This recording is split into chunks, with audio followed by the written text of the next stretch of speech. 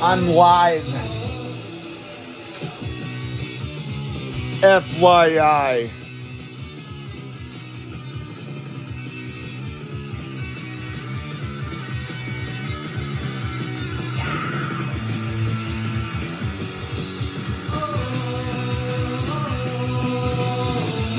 Pervert.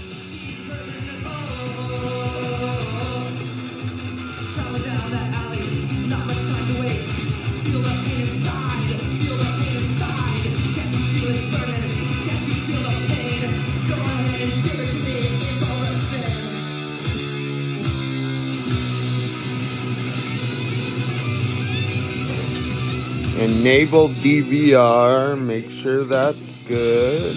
Is everything good? Not good. I gotta make sure my settings are good. Maybe we'll put a filter on me. I'll put a filter. I like a color filter.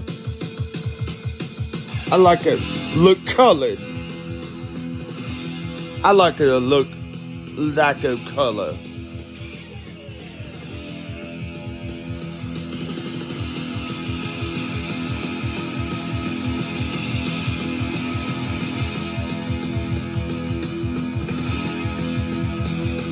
I have to do another thing.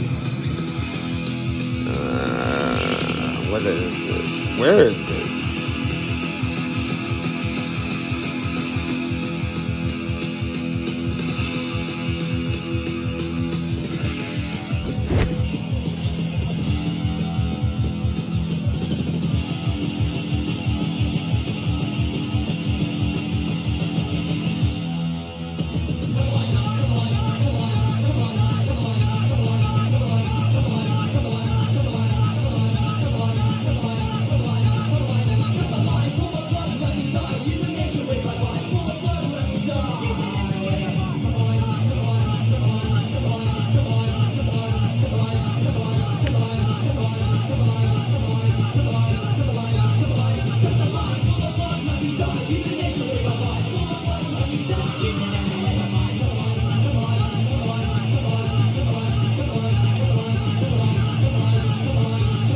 Cut the line.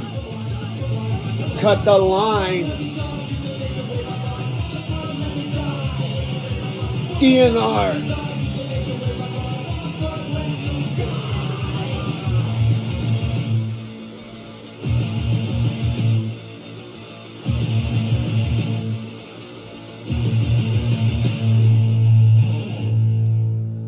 Cut the line.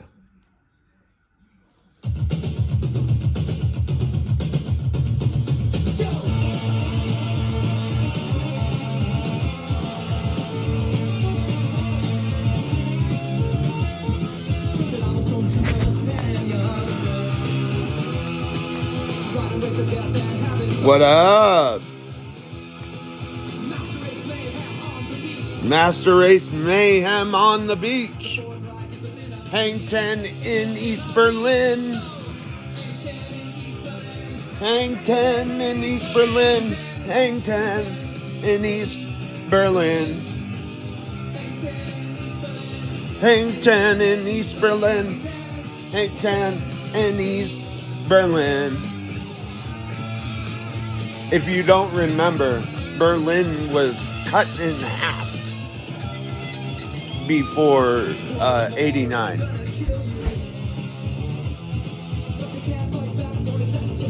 And they had a Soviet side.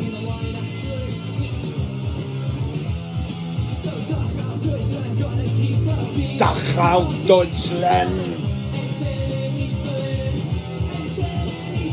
He actually had brain cells then. I don't know how much brain cells.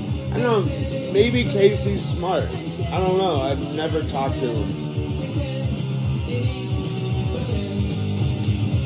My uncle worked for him once. Did a archway in his house. And I think it might have been the house he overdosed in. But he didn't die. Shout out Casey Royer.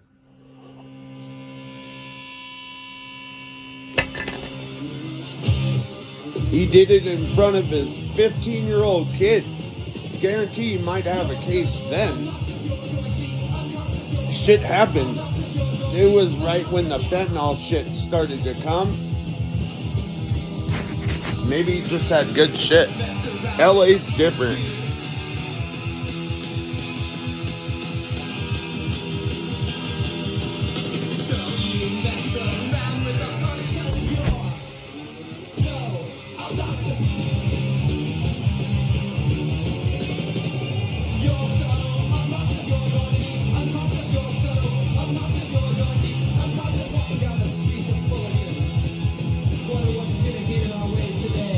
Yeah, did you hear that? You're not allowed in Fullerton, are you, Blackout? Andy?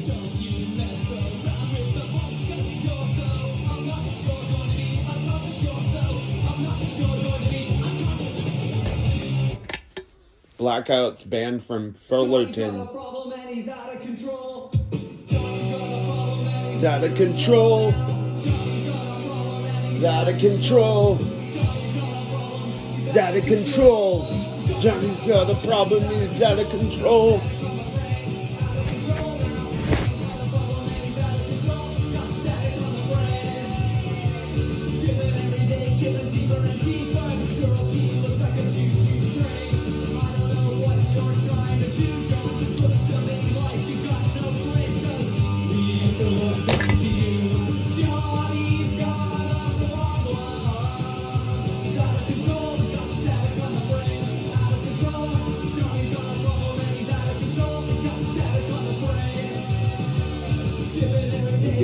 The Gipper. Who's the Gipper? You remember who the Gipper is? Ooh, Veggie Tales. Who was watching Veggie Tales? I was. I had to get my daily Bible study in through vegetable form. It's the healthiest way to digest Christianity. I don't know where I came up that. No. COPD. Chronic obstructive pulmonary disease. For a guy with aphasia, fuck yes. Oh, Faded's live. I didn't realize.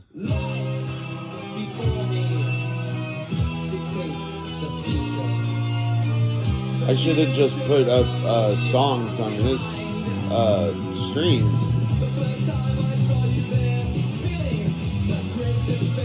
I had my own agenda today. I have my own agenda sometimes. I'm sorry. I have to fight the good fight.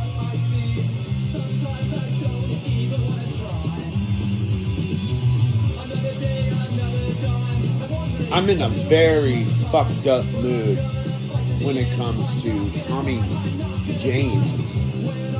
You know, I said some inspiring things to him in his early morning chat, and I know he saw them because it was the only thing in his chat for a while. Siri, pause. Let me put on my song for this.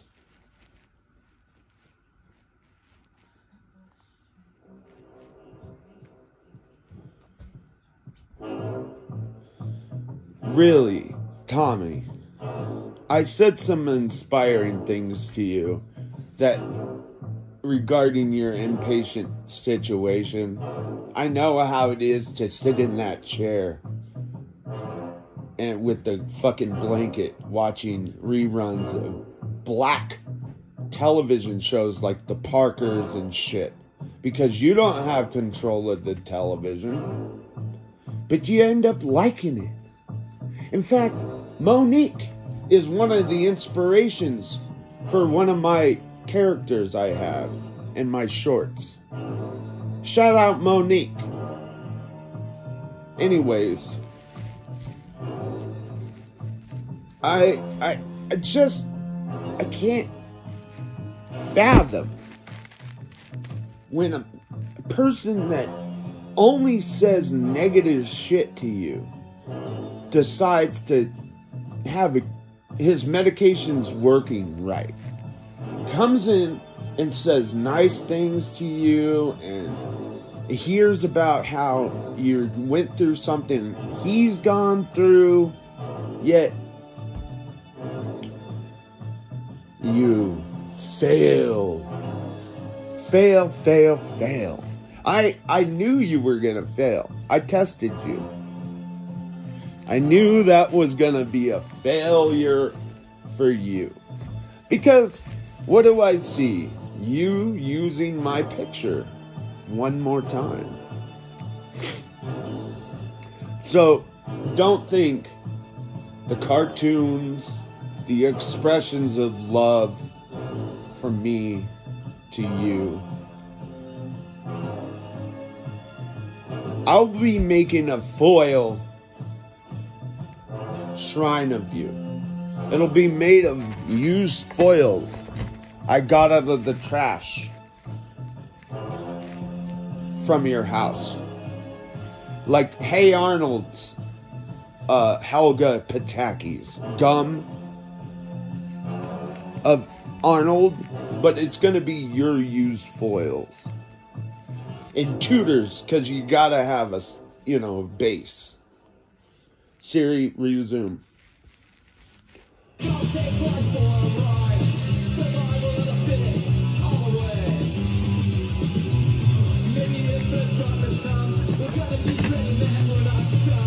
It'll be done in a art space so that it's not kept at my house. Because I can't have that shit at my house. And there won't be actually drugs on it. Because it'll have to be, clean. But I'm going to make a statue for when you pass. And your headstone can be there. And if I die, I can leave it, for other people to take care of for you. I'll put that in my estate. I'll take care of that. Because my burial will be free. My burial's free. My plot's free. Sorry. My plot is free. Do you have a free gravestone? Do you even have a plot? That's a question to ask. Do you have a grave place people can honor you? In fact, I might ask the place I'm going to be buried to put a bench. Maybe they'll let me erect a fucking mausoleum. Ooh, that'd be creepy. Just with an urn in it. I could put all my shit in there so you can really take it with you. Unless somebody grave robbed you. But good luck getting in that fucking place. I'm gonna have it booby trapped like the fucking pyramids. It's gonna have some old fucking air farts. Old farts from me releasing gases. We're gonna jar my farts when I die. Believe me, they had plenty of gas. They had to sit there and release the gas.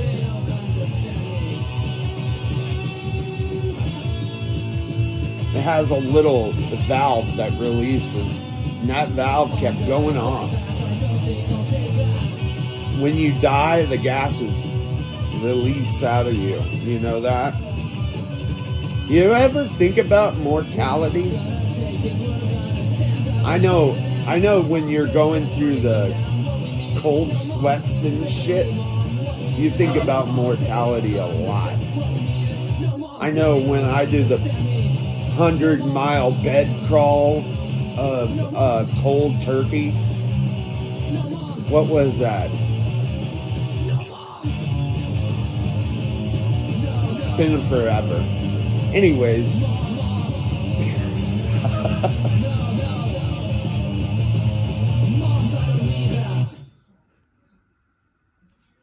Master P banned from the movies.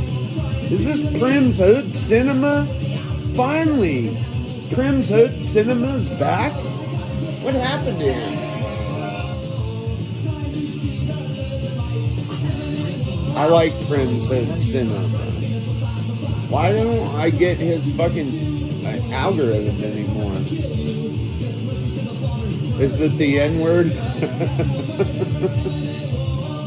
I'm sure the N-word comes up on his shit. He just has a monetized channel now.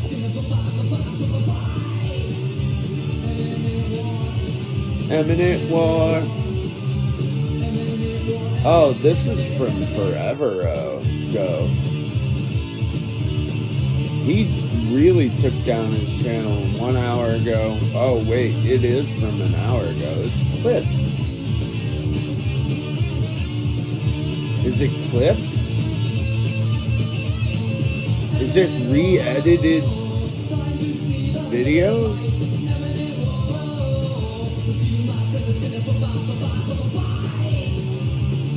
Yeah, Master P, he made I Got the Hookup. And I got the hookup. I was too dumb and young to realize it was not funny. But it's kind of...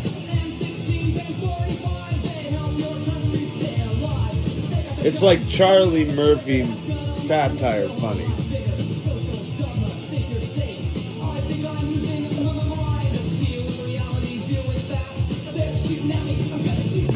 I like guns. Guns like me. I like guns. They made America free. And guns are the way. Where's my hat?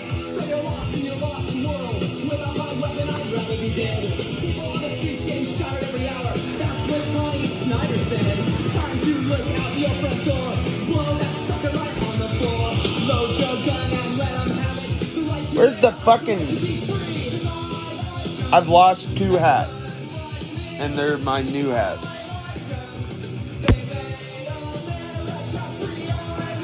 That's as fuck. Probably fell behind the fucking bed.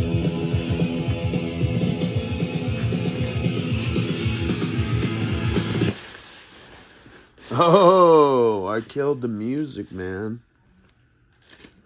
Party foul. It's Friday. I think you fuckers... Actually, it's Saturday morning, technically. I think everybody goes to bed too early. Now I'm here. You don't start partying until midnight. You can wake up at 10. Come on. Aren't you guys vampires like me? Psychic vampires? Fucking... What did Alex call somebody once? Spiritual vampirism? Or was it spiritually powerful person that can suck your life out, somebody said? I don't believe I can do that. I think if you have strong will, and that word will has been given to us as humans, if you don't consider yourself a human being, then I don't know what you are, but I consider myself a human. I believe strong will is one of the things that humans can have. And you test your will throughout your life, and then life tests your will without your choice. And that's I've seen somebody die, be in the hospital, come out 3 months later with the same shit I have. Not the Lance Adams, but the heart condition. And because they were young, their eyes came back in 3 months. My eyes haven't completely come back. I can't read text very well, small text, and a lot of shit gets stuck on my vision still. But other than that, I can't wait to get an optometrist appointment soon so I can get fitted for some spectacles. I would take BCGs if it doesn't matter. Birth control, glasses, anything.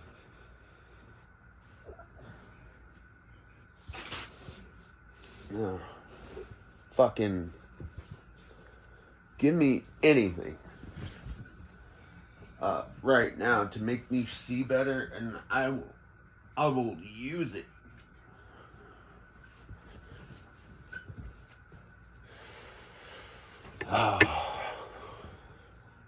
But shit's been real lately. I'm gonna listen to Days and Days. I might get fucked up for this, but if this channel gets monetized, the money for the monetization, good for them. They deserve it. They made a good recording of this band. It's alive too. Your hotel. First check kayak to see what lots of people say about where you're planning to stay. See, I'd rather the bands get paid. What the fuck? Doesn't matter if I live or die one time, then the sky will still be blue. I'm no catalyst for change, just another breathing thing, taking a little bit of room. Everything's so fucking comical, waking up the drag. The worst part that I know, this is anything close down, and I'm exceedingly mad. Everything is gonna get.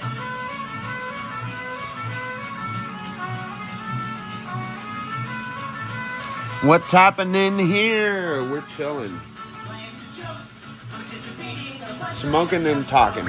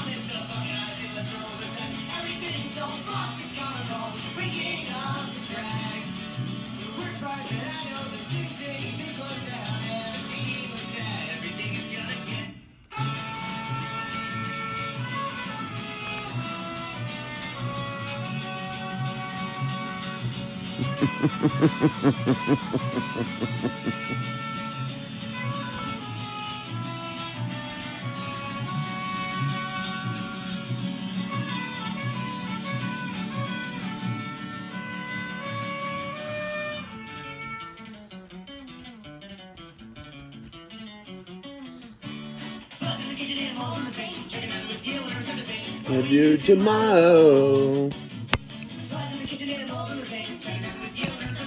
What did you do tomorrow?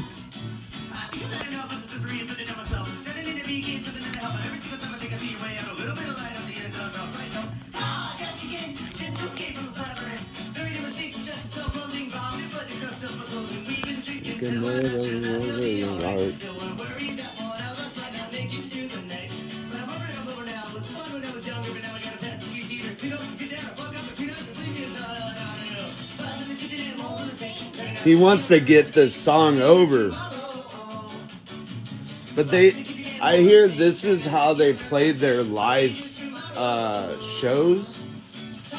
It reminds me of Backyard Kids.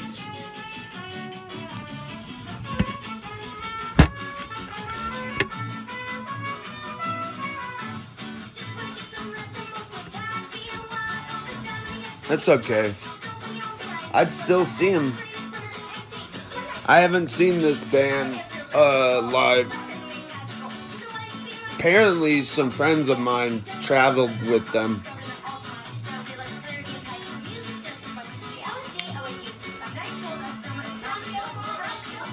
But, you know, it gets...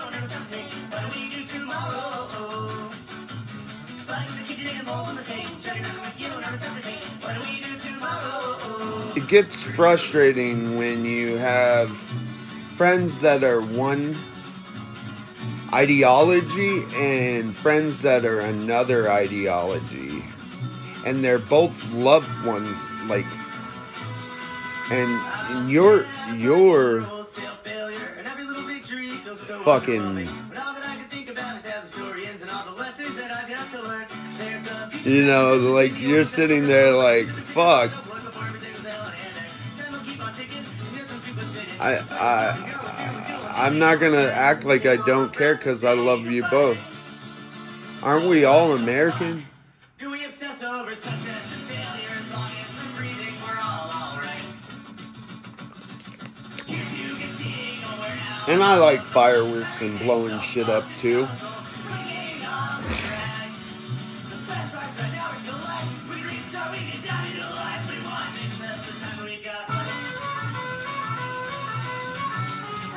So set off those rockets if you need to.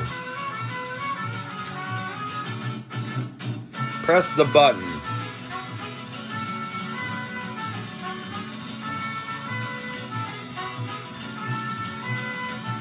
Most of us didn't plan for the future anyways, right?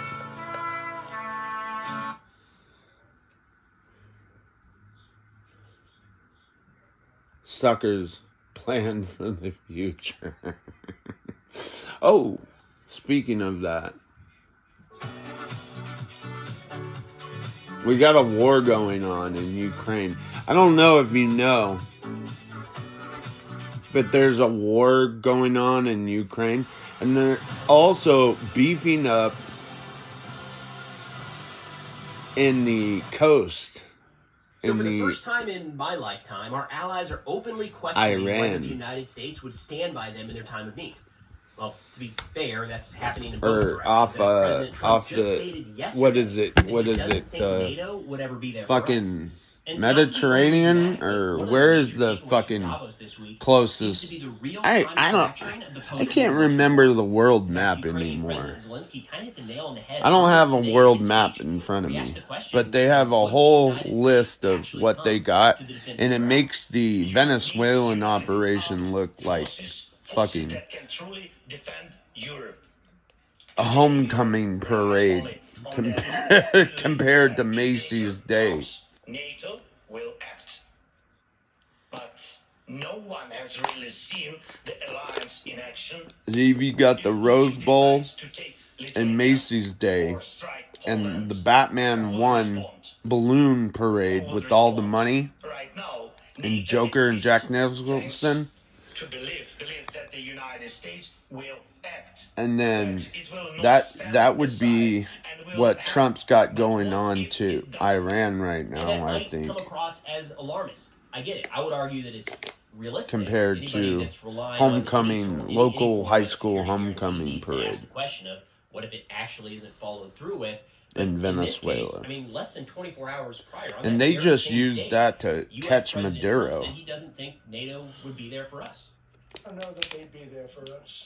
They're not there for us on Iceland, that I can tell you. I mean, our stock market took the first dip yesterday because of Iceland. So Iceland's already cost us a lot of money. But that dip is peanuts compared to what it's gone up. I don't know. Now, a couple this guy's a liar, so... The president there was talking about there's liars, fools. throughout the course of his speech. Everyone but this is the lies. kind of thing. This Presidents talk, lie you don't have straight see to a our formal face. Dissolution of NATO. Just this amount of cold water, the questioning in both directions. Every direction, president will this before alliance Trump actually hold up to the has test, been a is liar. enough to make it useless. There are other security alliances around the world that we do not hear much about because the general assumption is it's not actually Since gonna do it. Truman. Russia has the CSTO. And I'd say right? When was the JFK last time anyone was- was concerned that if Russia was attacked, the CSTO And would come he was a together liar and build too, their 'cause he version was of Article 5 doing and go shit after, during the Bay of say, Pigs. Ukraine. It's not even in the conversation. Shouldn't have been right? doing. This type of talk moves NATO into that camp, right? If our allies, specifically, or our adversaries, specifically in this case Russia, views NATO as nothing more than a piece of paper that will not be backed up by actions, then that's all it is a piece of paper. Acting like and it loses nothing all of its is value. happening in Now, Cuba. Prime Minister of Canada, Mark Carney, also gave a speech a little more realistic here. Talking Mark about, Carney? kind of saying, like, it's already happened. Now we're moving on. And I'll link his full speech. Art in the description Carney? below. It's about 15 minutes if you want to watch. And it did get a pretty significant response because just Fucking about everybody looked at this honeymooners. and said, I mean, he's talking about the United States and the fracturing with the United States and how Canada needs to find a new path forward. Let me be direct. We are in the midst of a rupture, not a transition. Over the past They 2 want decades, Canada a series to of join crises the in finance, European health, energy, and Union, geopolitics right? have laid bare the risks of Because extreme they got integration. But resources. more recently, great powers have begun They using got economic integration as fucking weapons.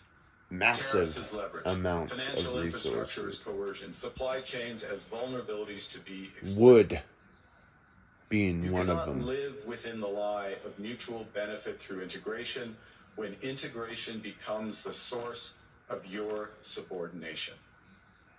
And it does seem like Canada has started to take those actions. I don't like it. I don't necessarily know if it's going to be the best for Canada long term, but we have seen them sign some strategic arrangements with China just in the course of the last couple of days, maybe weeks. And that's going to happen. All these countries are going to act in their self-interest. I think Carney did a really good job of saying, again, It's both Mark people, Carney, not we Art grew up Carney. under this I was international making a order that we knew joke. wasn't perfect and we knew wasn't always fair, but it allowed us to operate in a way that we all became. This is Preston Stewart talking. Everybody, He's all one the of my countries, guys I watch kind of in the to US umbrella keep an did eye better. on Now that's geopolitical. falling apart. We can't rely on that anymore. So we need to Shit. find a better path forward. In fact, Ukrainian In fact, President Zelensky really kind of pushed on that, taking aim, from my opinion. He's one at of the Europe, only saying, ones. You're just not doing enough. Satire This was gets here- fun, but Here in Davos, it's I ended my speech with the words, Europe needs to know how to defend itself. A year has passed, and nothing has changed. Now, His hair surprisingly, isn't I think white surprisingly, enough for Zelensky being a actually, president spoke up about Greenland and during back here, war. and more on what is actually happening with Greenland in a second. But one of the points you raised is like, hey, everybody. Although they're kind of winning that war. It happens and then it fades away. But he says, what if it doesn't? What are although we going to do then? with our help, Everyone And turns attention to NGOs, Greenland. And it's clear, most leaders simply are not sure what to do about it. but they're scared of And it seems nukes. like everyone is just Yeah, waiting for everybody America is. to cool down on this topic. That's why Hoping it will pass Russia away. started But what talking about if will testing, not? because What then the then? fallout Kind of goes lashed out at Europe here, talking about the blows troop deployments towards. to Greenland. They'll You know, test 14, near 40 or a place whatever where the number is of fallout recon will elements that have gone there, saying that's sending the wrong message. turn It's sending the into wrong a message to sending the battlefield wrong thing. message to They'll Denmark, test it's the sending the wrong nukes message near to the their United States. And if you positions. send 40 or 40 soldiers to Greenland, It's like sending a bunch of drugs to a country right did that before for? invading it, what message does it send? or clandestine in invading it When I was beforehand and then having a war break out.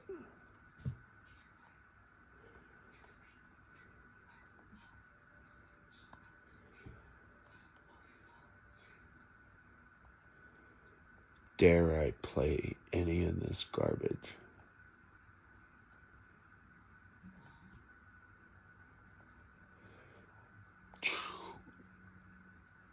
What's this? Keith Morris? Well, the thing with Flag is it's really special because all of the guys... Oh, Flag.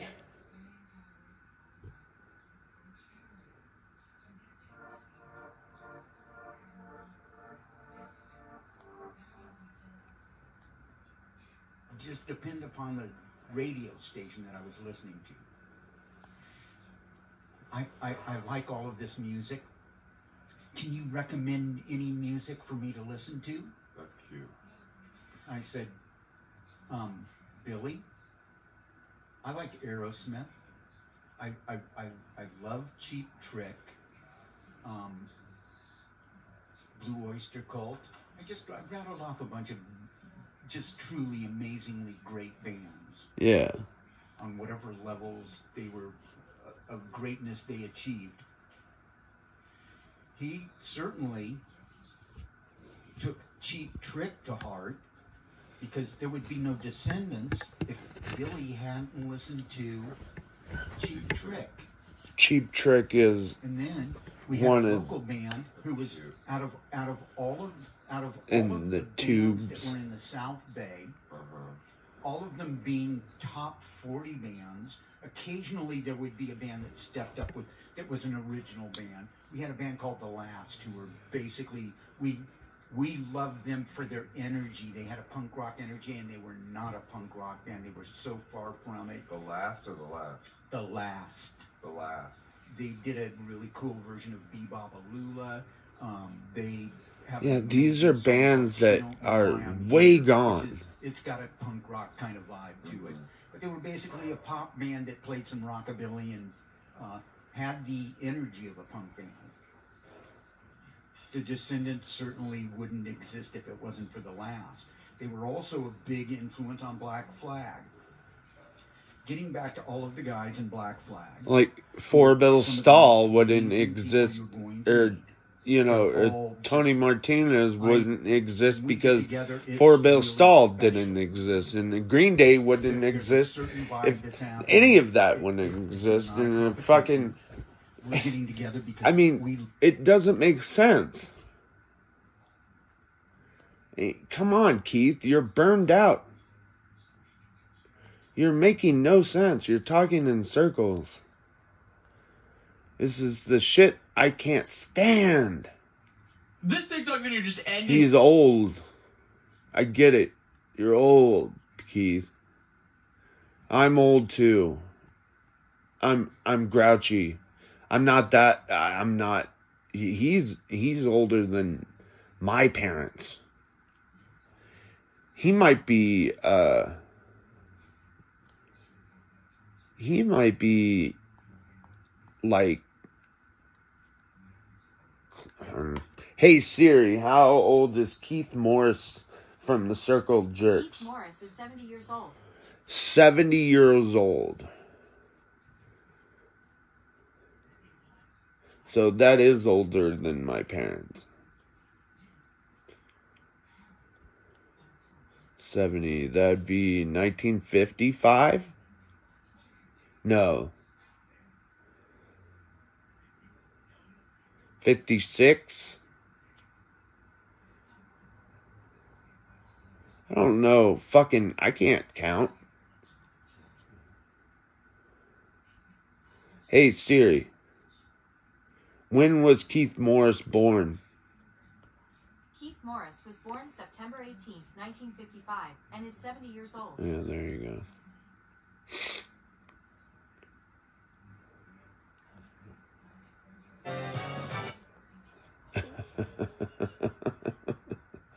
So old.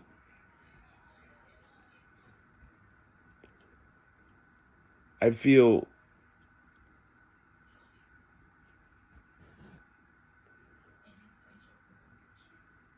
when I was 15, 16, and my aunt was talking about growing up in the 80s and going to shows at the same places he's talking about,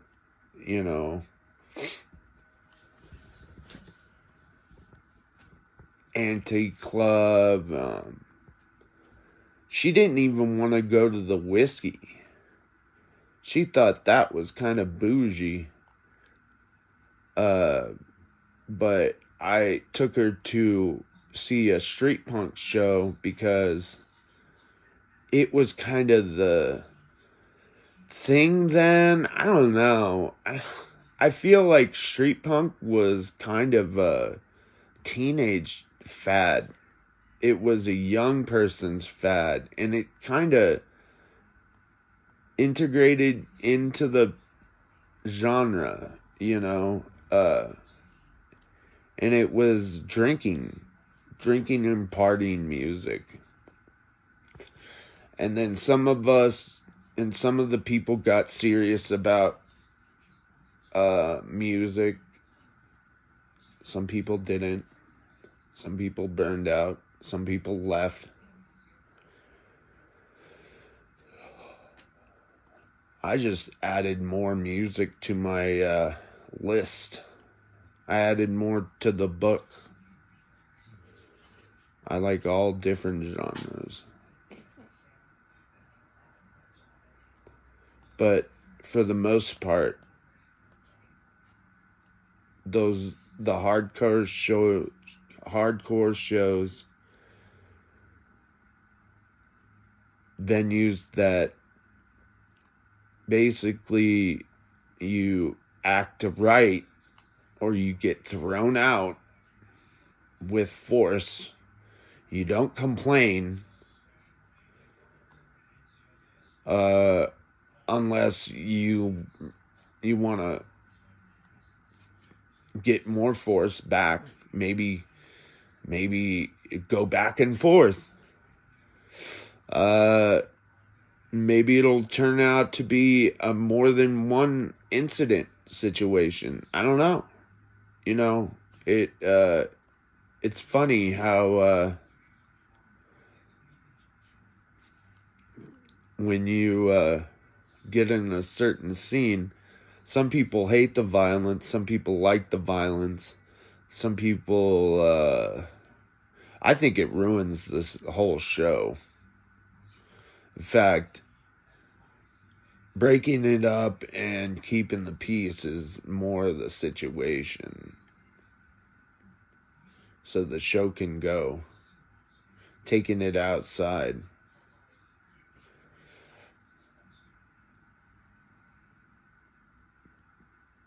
Pat Brown, for example.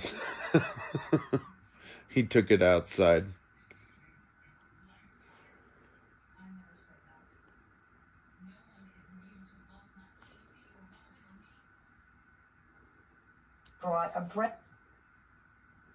Dare I play that? Everything I watch on here is YouTube, somebody uploading something else through YouTube. Like, it's Simpsons, it's something like good I can't play.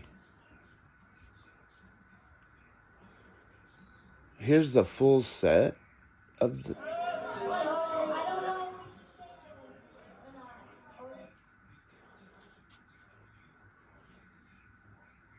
Does these people have a fucking ads? Okay, good.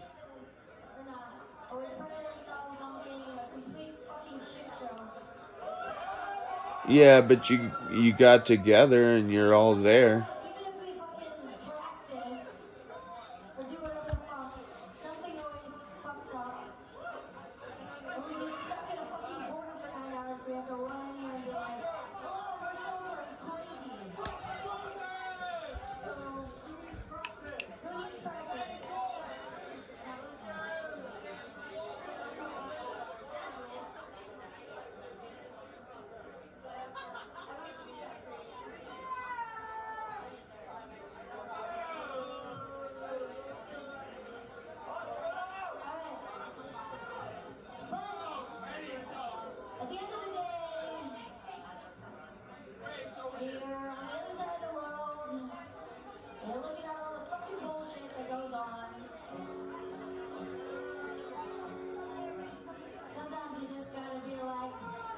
Fuck it.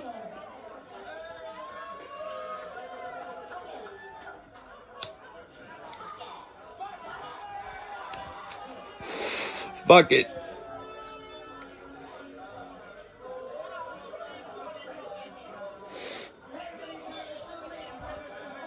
You gotta get sleep sometime.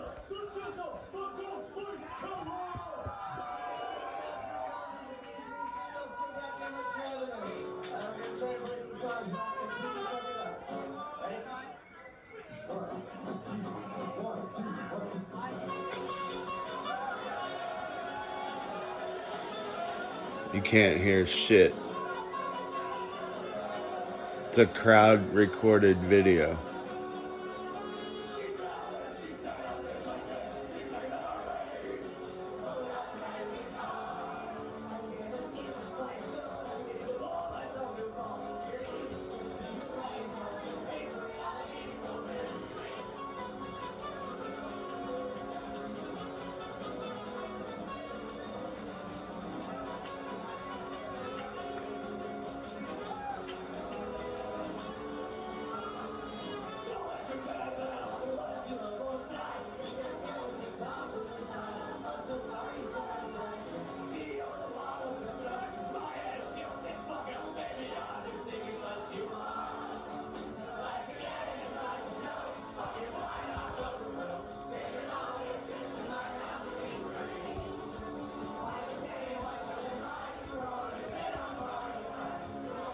So they got selfie sticks and cameras in front of the fucking selfie stick and camera. God. Imagine going to the show and all you see is the back of people's fucking cameras.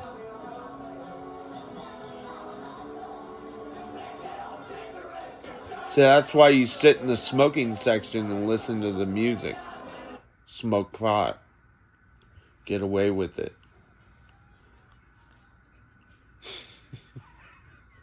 The last time I went to a show, the fucking smoking section was full of people smoking cigarettes. It was the whole patio outside where people would mingle in line. And there's so many cigarette smokers that it was a big cloud over the venue. So it was an inside venue. So you could just smoke pot right there. Next to cops. Because what the fuck are they gonna do? I guess, I don't know. Maybe Phoenix. Phoenix ain't worried about that. They're not worried about the people that spent $150 to go to the fucking concert, because it's $30 to park. It's $50 with service charges for the tickets.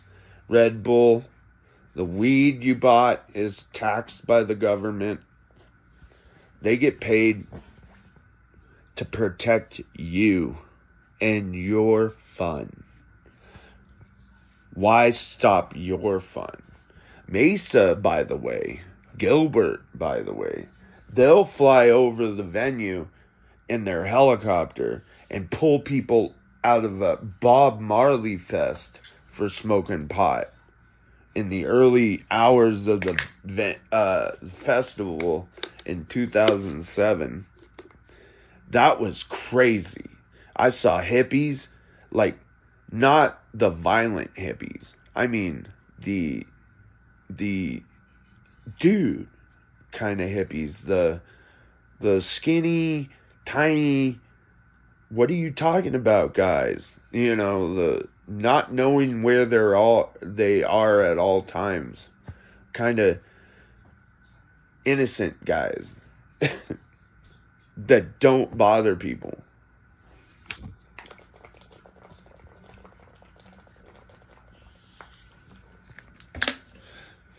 Not even Buckley from King of the Hill dumb. You know? Is that Carhartt? Can't see.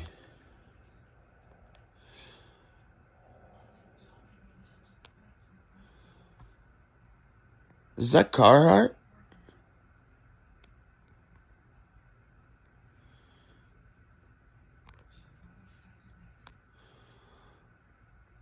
I'd unblock everybody if I could.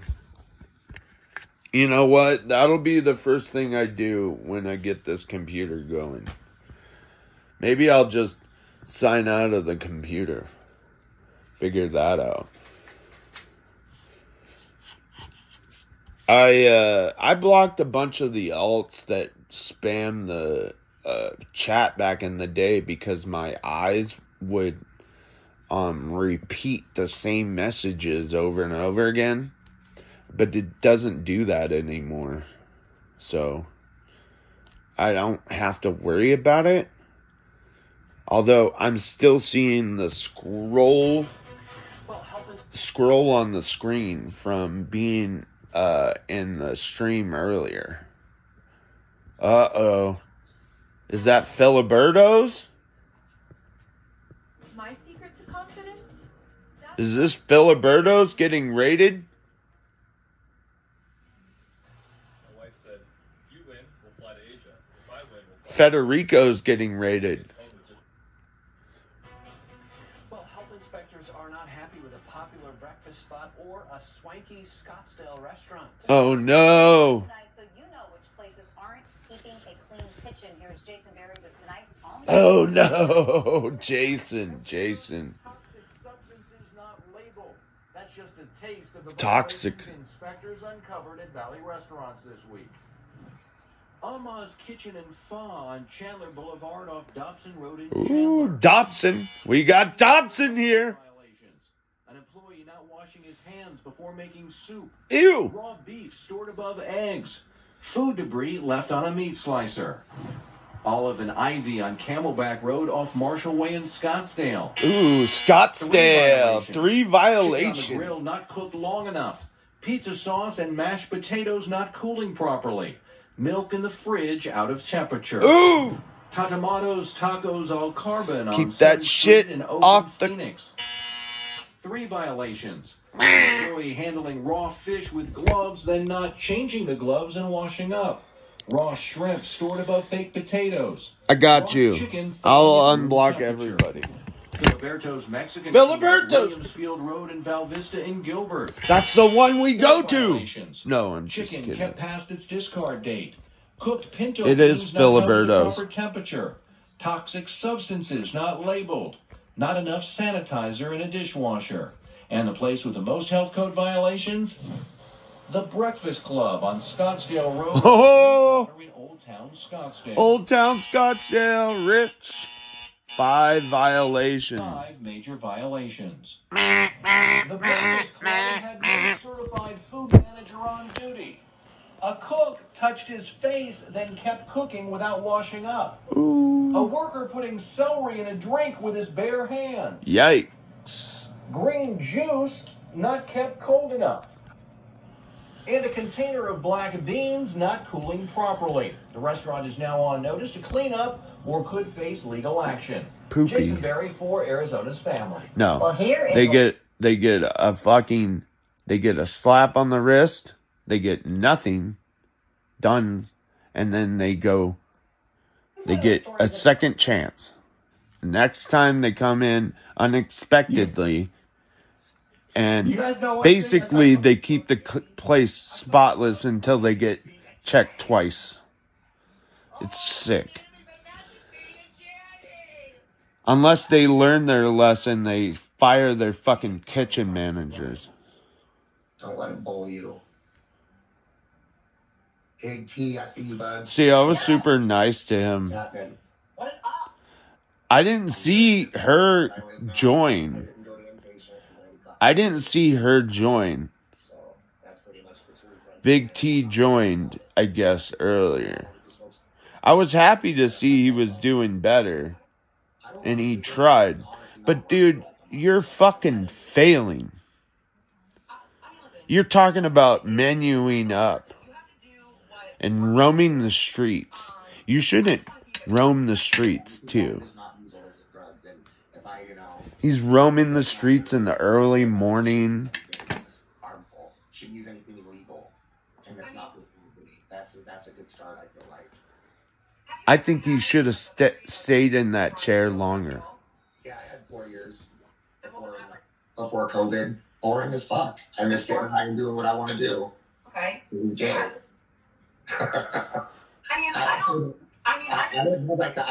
have like 4 years on methadone, by the way. Either, so like it's a little different, I guess. Well, I mean, my only thing for you is that, like, and this is in my experience, like, the only time I ever really turned to hard drugs is when I was hurting inside, and I needed to work that shit out. I don't know if that's the case for you, but whatever you need to do to, like, feel better, I would suggest doing it. Yeah. Drugs are just pretty much super enjoyable. Smoke weed, so go to I'm not methadone. gonna lie about that. If you have to keep your dose low, keep your dose low. I don't know what to fucking tell you, dipshit. Drugs are enjoyable. I like to enjoy them, but I can't enjoy them because my life. Then do 2 drugs, cannabis I just need to not do that shit. and weed. Once a year. It really doesn't matter. Okay.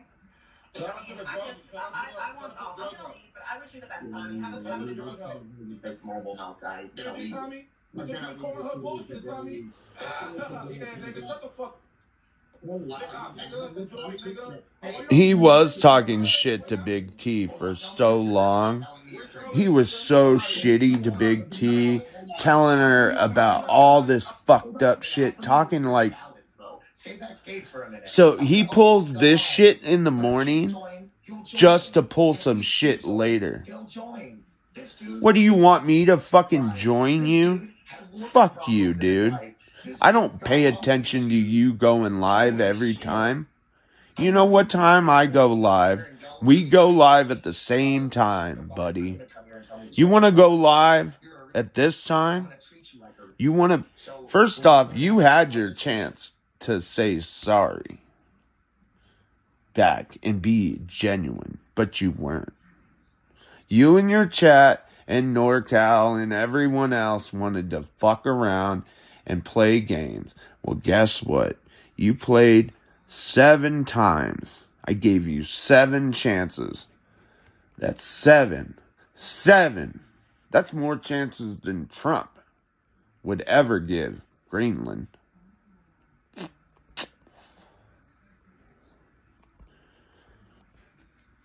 Come on. I guess you're used to people enabling you, so maybe that's it. You know, my girl says I'm too tough. Like I'm a tough love kind of guy. Maybe I am. Maybe then she has to be the good cop and I'm the bad cop.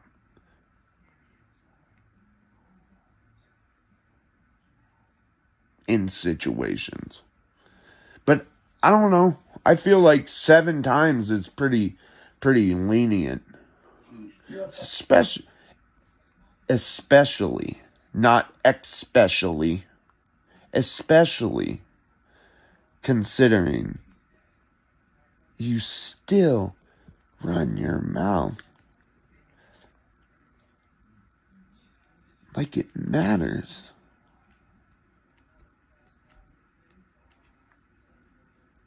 Like I haven't heard any of this ever. I've been a monster my whole life. Look at that picture I used to put up. I'm a monster. You're a fucking coward too. You're an actual bitch. I'll take your link, and no matter if you mute me, kick me, you've done it all. You mute people. You kick people. The projection is real, Tommy. Get it right, dude. I saw some growth today, and I immediately gave you positive reinforcement. Then you use my picture. What? You can't be nice? You can't say, hey, bud? Or send You can send shitty comments on my profile, but you can't send a, hey, can we talk privately somewhere on my profile? No, you're a fucking goon. You're a gooner. Your psyche awakens with red hair in the Pacific Northwest. You whip your dick around on stream like Psyche Awakens does. I'm sorry, dude. If I want to see dicks flopping around on screen, there's places to see that. Tommy, you do it. People don't want to see it. I'd fall asleep because I had worked so hard on my days off, and I'd be watching your streams, right? I'd be sleeping, be the early mornings or whatever, and my girl would be like, Tommy's all fucked up on drugs, showing his dick on the TV in the master bedroom. And I'm like, or on your computer in the master bedroom or whatever, like on your phone or whatever. And I'm like, okay, that's normal. Like, what do you want me to say? I just thought you'd think it's interesting. I'm like, no, that's pretty normal. I mean, Blade used to walk around and have his pants fall down like it was an accident. First 3 times it was an accident, I would think. Now, I think the guy actually had health problems, so he'd lose the weight within the time his pants drawstring would be tied. So, you know. Why does it say I have an upload, but I'm live? It's not saying I'm live, is it? Yeah, it's saying I'm live. Good. I don't know, dude. I tried with you. I'm not going to directly talk to you on your stream. That requires cash. You ruin any free work with me. I'm not a drug counselor. I'm not volunteering my time anymore. If you want, I'll do roasts of your behavior. I will commend you on your growth always. When I feel needing to. Maybe I'll do it right away. Maybe I won't. Who knows? Don't think I'm going to give you attention all the time. Also, I don't know why you bring up Music Biz Marty and Cyrax all the time, but that's null and void to any of the situations involving us here. Now. You bring up Cyrax and Music Biz Marty and like it matters. And juggalos. Now, the juggalo thing, you say, oh, yada, yada, yada, you're not a juggalo. Yeah, you might not consider me a juggalo. I might not consider myself a juggalo, personally. What up, Sam, man? Hope you're doing well today.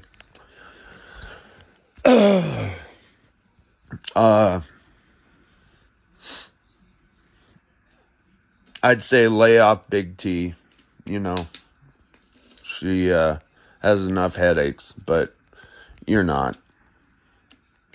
Anyways, Tommy, you've embarrassed yourself enough. I showed my asshole on your stream. I mean, that's pretty embarrassing. But some people have been to jail and show their asshole to cops. At least I showed my asshole to your audience. And who do I care? I know I didn't stick any hairbrush up my ass. You're the weirdo who comes up with some story like that.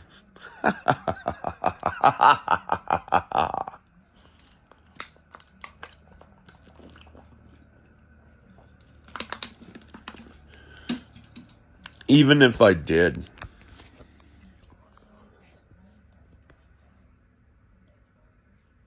you're the one obsessing over it. And you keep it archived and you talk about it. How many views do you got on it? Does it keep increasing or does it stay the same when you watch it over and over again?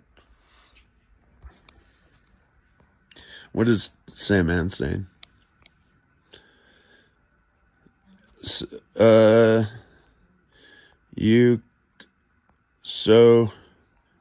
you can see me.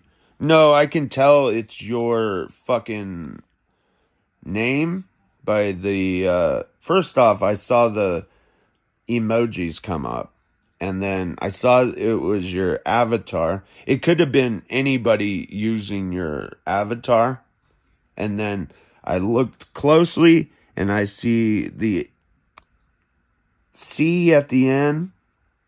I see the Y and the S and the @ sign, of course. But, you know, I always know it's you in chat, dude. Unless it's Bottom Man or, you know, like somebody using, you know, your avatar.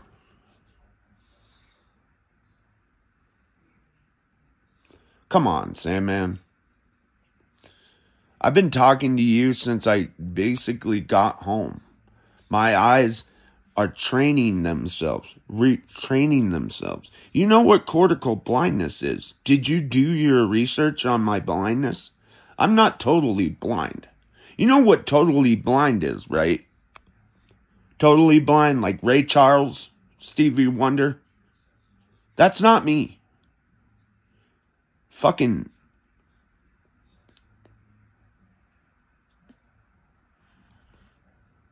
Really? Also had 36 years of practice where I was fucking able. And I'm gaining all my shit back. Praise the Lord. Hallelujah. Praise God. Right?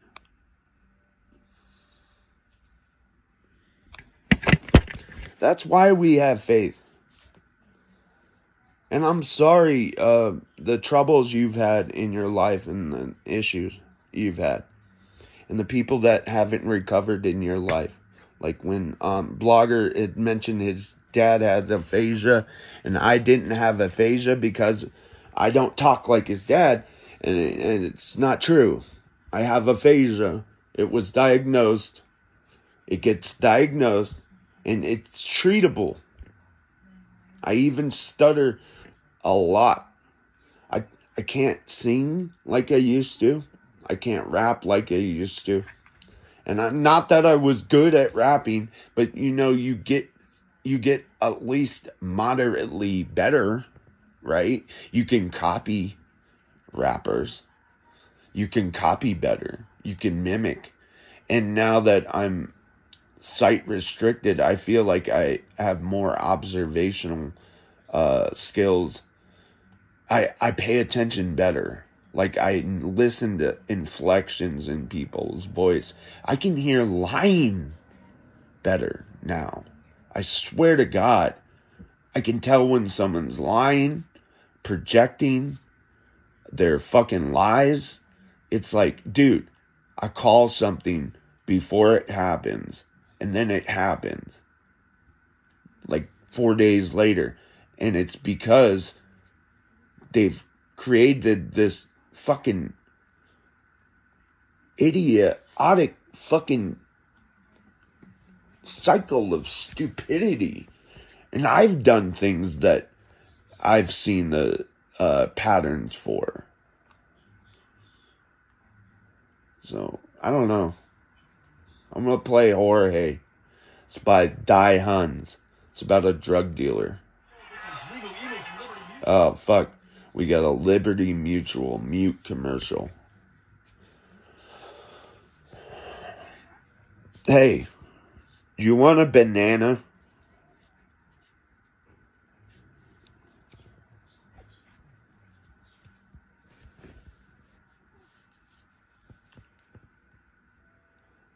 Come on, you know that's funny.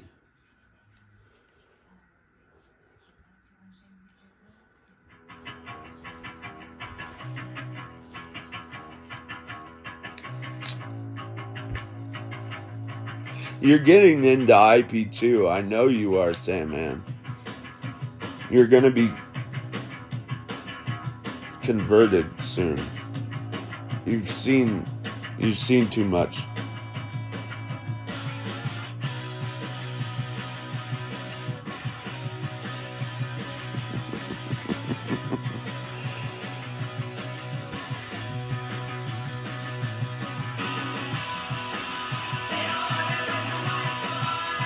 That junk, you know it destroys.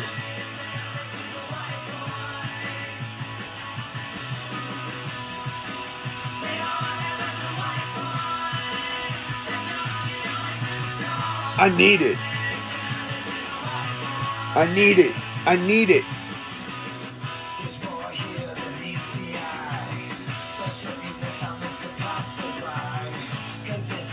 That Jorge knows. He has them a lot.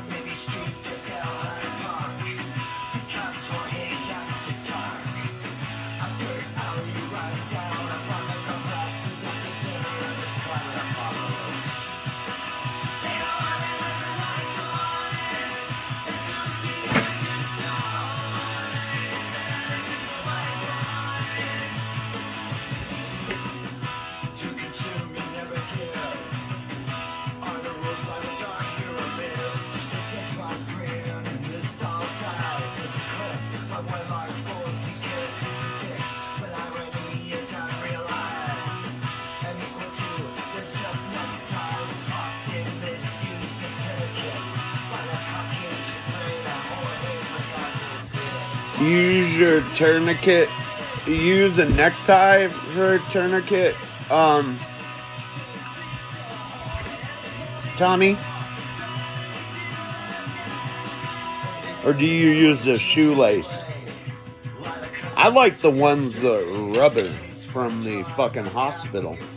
Used to grab them out of the fucking ER. Fucking whole handfuls of them.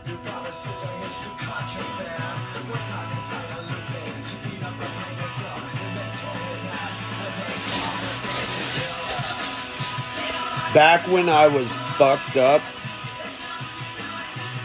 once, if somebody went to the hospital with me, I used to steal hospital supplies constantly.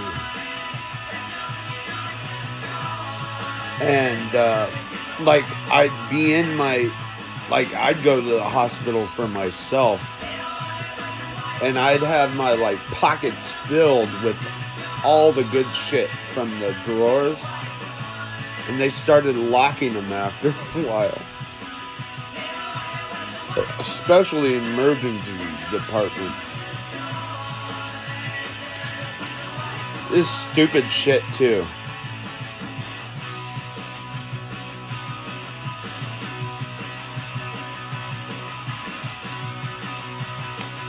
But I needed certain shit when I got treated, so I did steal shit that I needed. I remember I stole gauze, and I had gotten treated for a fucking mean old spider bite. Let's put it in sport mode. Mean old. Features for everyone. Mean old. The Hyundai Elantra. The Hyundai Elantra comes standard with America's best warranty. I had a homie with an Elantra. I still wanted a Subaru.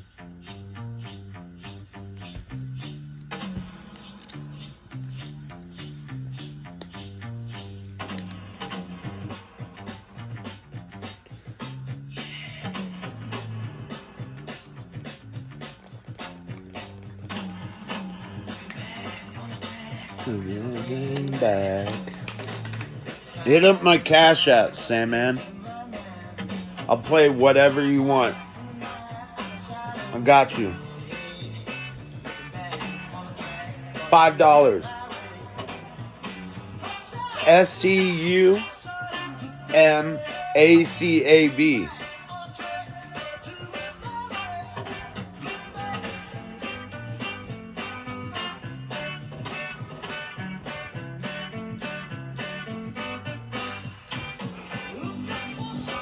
I know you got ducats from last night. I watched 3 hours of fucking... No, I didn't watch it, but I was in there for a little bit. I was being nice. Not being a dick.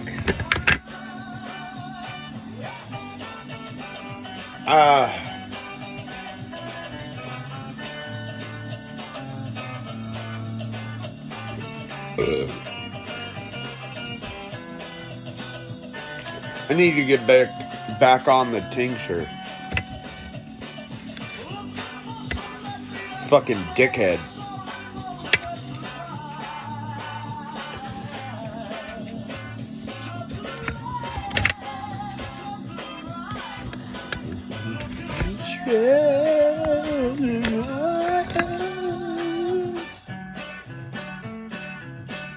This makes me want to listen to fucking more.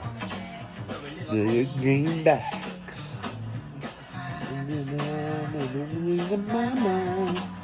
So, by the way, Tommy talks about a gimbal.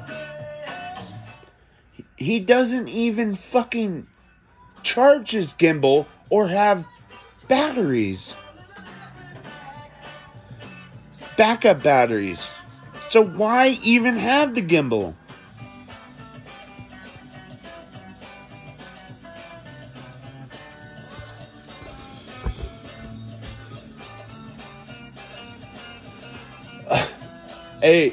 Hey, babe. Sandman goes in my chat. He throws up a bunch of emojis to get my attention and goes, LMAO. Something. Wait. He throws up a bunch of emojis. I think he comes in and on all. He throws up a bunch of emojis to get my attention. I look down. I go, what up, Sandman? I hope you're doing good. And then he goes, so you can see me. LAMAO. Like, if cortical blindness had anything to do with total blindness. Right? How many times have we told these thick-skulled fucking public school nonsense fucking dropouts that had to get their fucking diplomas in Rikers Island or YA or whatever fire camp in California fucking shit that they ever did, you know, I dropped out of school and I know better. Am I fucking dumb? Am I fucking crazy? Or am I just lunatic? I don't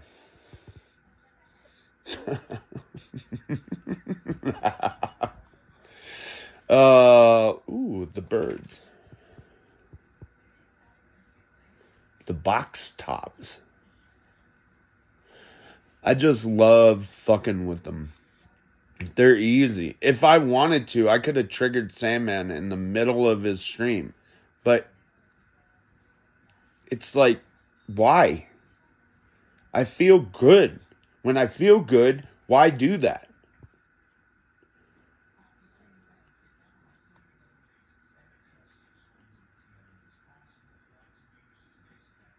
If they're not being outwardly a dick, why do that? Now, you make me think, well, now I gotta do something.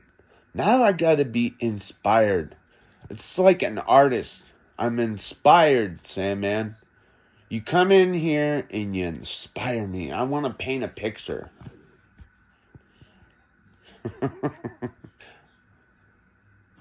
We bring the same great in-store prices to you with fries, pickup, and delivery.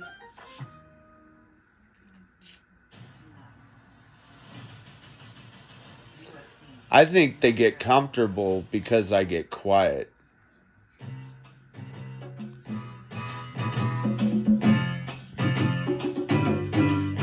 Just build me up, buttercup baby, just to let me down. Come on, Sandman, you build me up.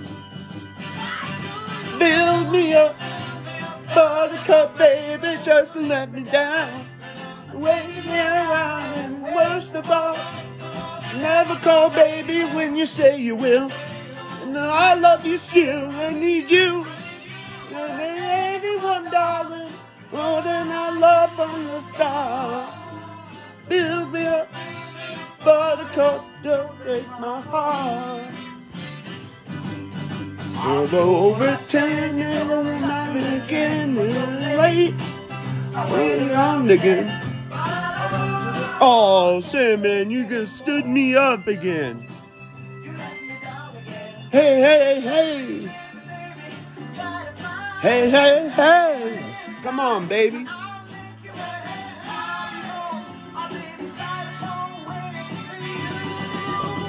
Ooh, ooh.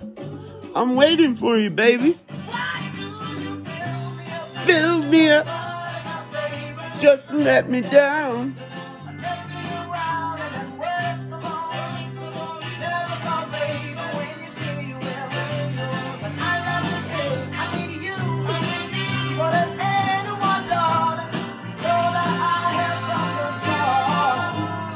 Build me up, buttercup, don't break my heart.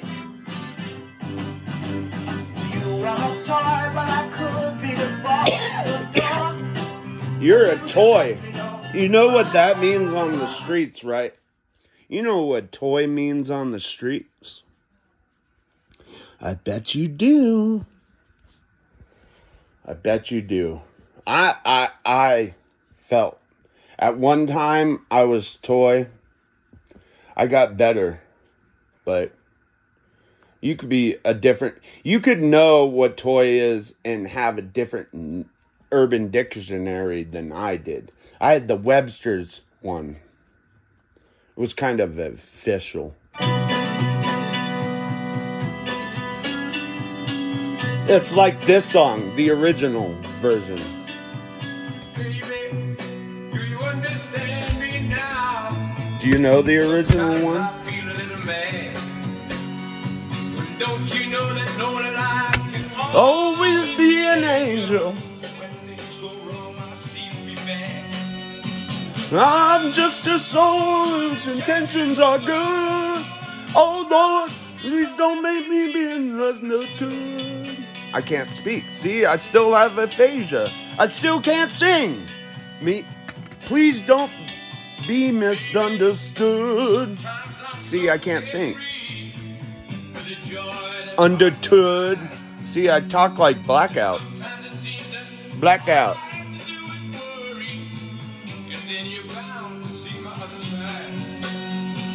I'm just a soul whose intentions are good. Oh Lord, please don't let me be misunderstood.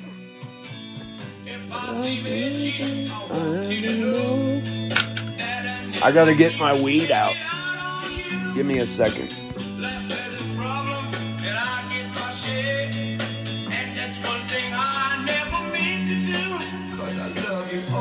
I love you. Like any other one. Sometimes I find myself alone, regretting some foolish thing, some simple thing I've done.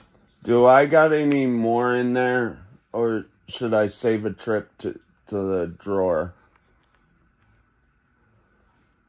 Babe, do I have any more in the safe box? Weed. Save a trip walking to the drawer, because I gotta walk and move shit. Well, you don't have to. I can do it. I fucking take a minute, but I can do it. I did it for the last bags.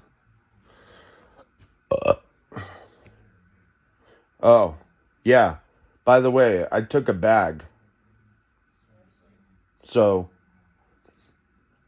there's one less since you've known. Fuck. Well, I want to smoke now. Or I guess I got a little more left. I just didn't want to have to fucking... I hate having to... Well, I guess it's all marker cap, right? It was all marker cap left. Because you gave me all the new strains lately. And they've all been pretty good. Although one of them, you said my lungs were bad. But I think that could be the keef. Because I'm adding keef to all the bowls. And that keef is basically all the strains mixed together. You know that, right? It's all the pollen of the strains. So I mix up pollen into the batch. So you know it's basically pollen right into my lungs, which I'm allergic to. I wouldn't be surprised if I wouldn't be allergic to blooming pot. But I've been in grow rooms and didn't go crazy, you know, didn't have a breathing issues. So it's not, you know, maybe if I were making charas. I know I took a bunch of, you know what? In fact, I made keef with a bunch of trimmings, so I know I'm not allergic to the pollens flying up in my face. So if I'm not, it's got to be just a resin fucking building up or something.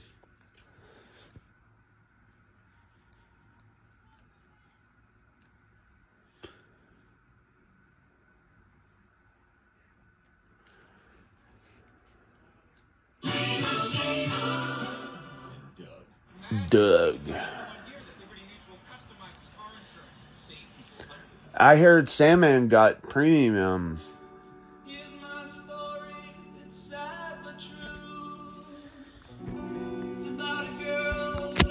I once knew.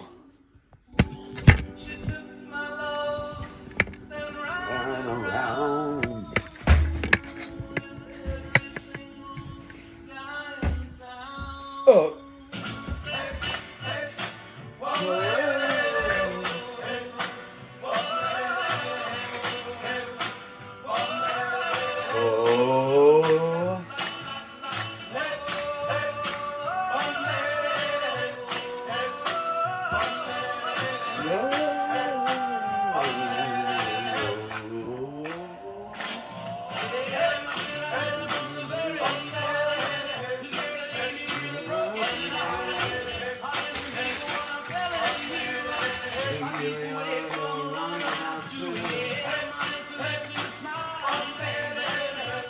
Got a quad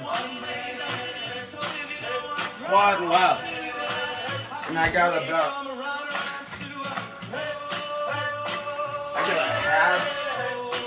maybe a half ounce of those, the brown stuff. I'm gonna try to smoke it off. Get through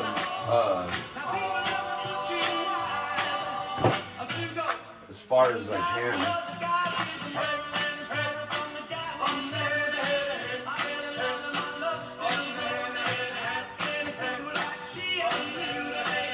Keep away from round and round Sue.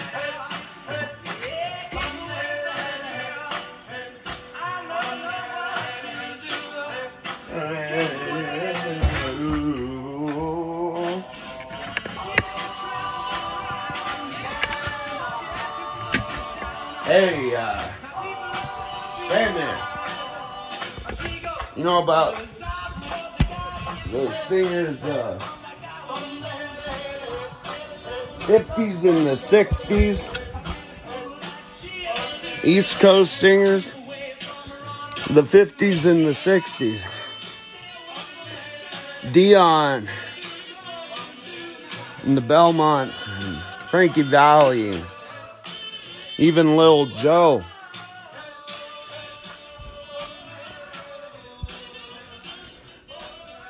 I like, they're all soul singers. White guys. Rock and roll. Rhythm, too. You can hear that rhythm. You don't hear enough clapping in songs anymore. You hear the hi-hat sound, but it's always digital.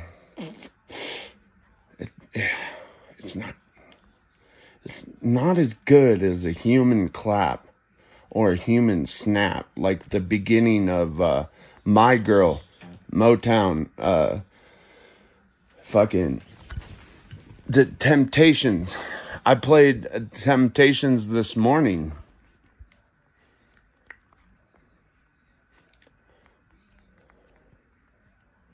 I played, probably got copyrighted. Has the fast, reliable speeds you're looking for. I played, Meg Internet with a 2-year plan, price lock guarantee. Plus, can't remember. Switch today. Taxes Get ready. from price guarantee. Yeah, get ready.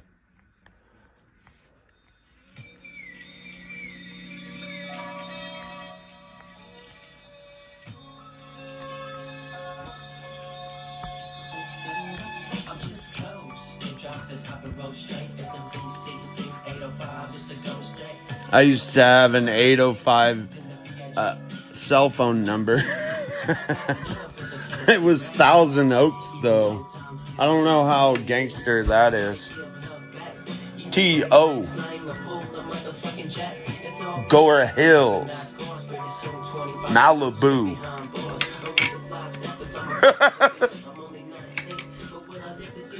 Pacific Palisades.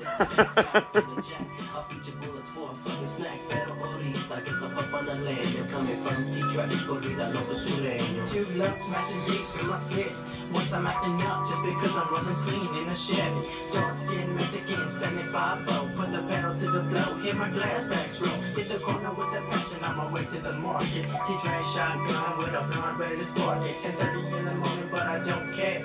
Hit the streets, lock it up, chronic smoke in the air. Hard glare with my looks on, ready to make some hits. Ready to make some grip with my dope ass lyrics. Stacking up my pay food like Blicky Luck. And just stand, my homie Bones hits me up, I'ma see you love. Feeling to break off a couple rocks from my ass. I will hook it on up as I cruise down the overpass. Hit the stuff, filling up my cup to the rim. All the while, been in jail from the bud, so I grin. Lost, lost, salvation.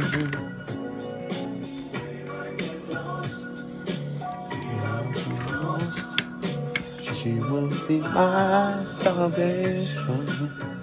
Let me introduce the G's, the LOCs, they're making my sit bone as I'm gliding through the breeze. Keep on mashing as the tracks keep dropping. Ain't no stopping when I'm up and hopping. Jump the ride to the side, causing heavy.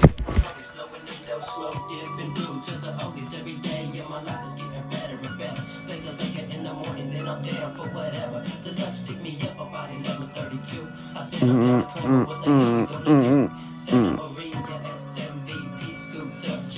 Bird, Ray, yeah, the CUZ. I got my cousin buzzing in the back. Chronic smoke, hot box full of contact. Now it's time to roll to the potholes. Walking to the bowl, let the rag top fold. Another 3 times go. Now where we go from here? Keep on mashing through the Central Coast atmosphere. For the things that I do, I know I'm gonna pay the cost. For the reason why I'm gone, for the reason why I'm lost. Little week by week, living day by day. Doing what I gotta do to get my fortune and fame. But I'm lost in a system not made for me.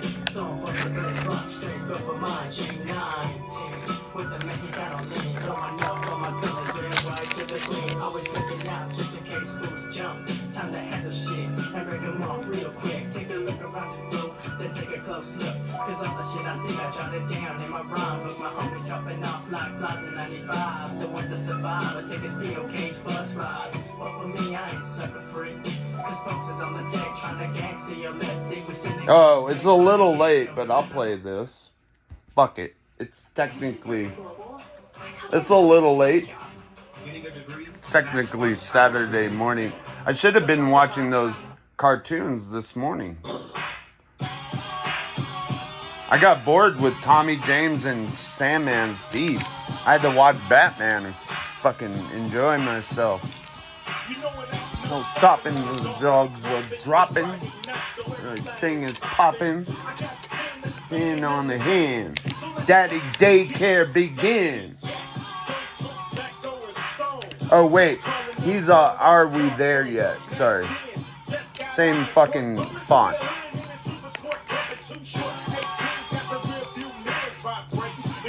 Just Dayton. But the floss. Good floss. Fuck with us, we need stars. G-Rod course. Saws.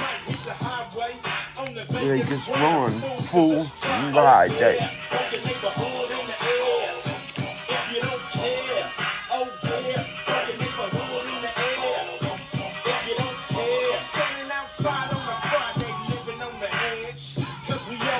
Got the hard heads. What did we used to do? We used to do this. I can't do it anymore. It looks funny though. I can't remember what we used to do A-Town.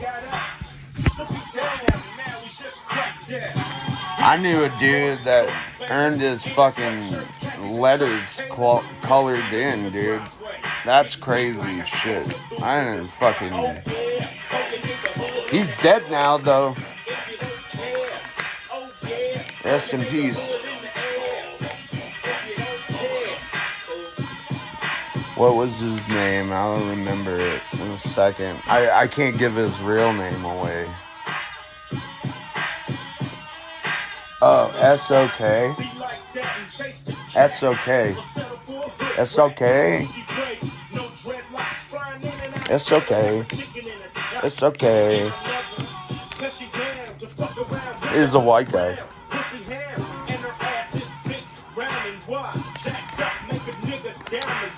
Peckerwood. Window.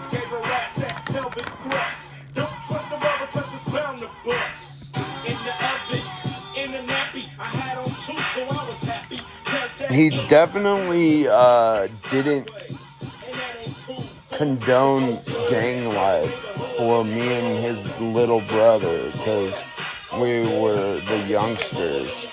So, like, he kicked our ass when we did little fucking criminal shit. In fact, his brother was told not to hang out with me for a while. But, once we became adults, we all started kicking it again.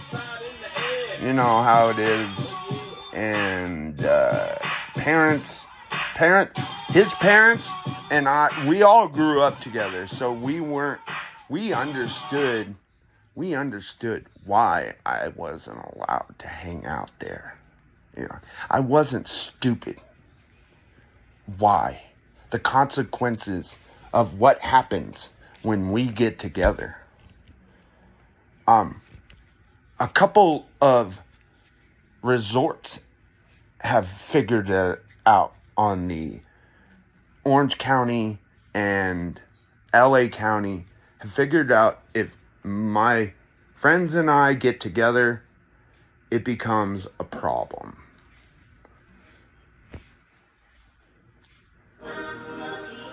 It's almost like everything goes out the window. Not morally, but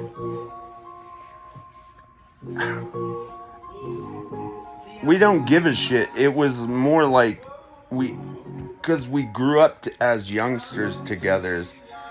we never grew out of it when we get together. So we only get together every once in a while.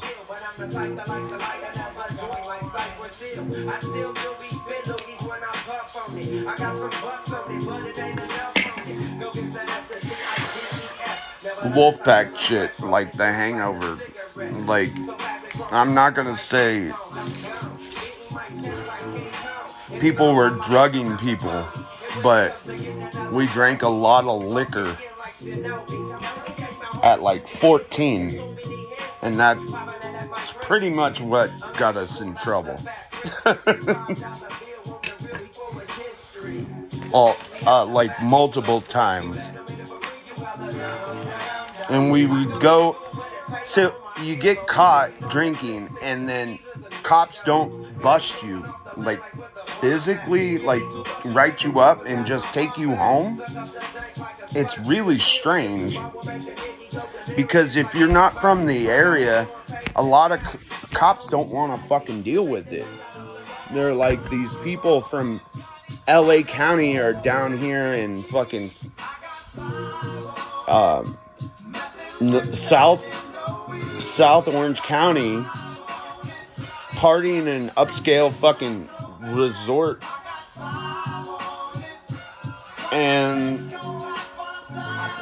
you know, nobody's done anything illegal. Maybe disorderly conduct and drunkenness, but you know, we had to be I had to be told to go to bed or forfeit the rest of my trip stay at the hotel. It was actually, it was right on the beach, so Laguna.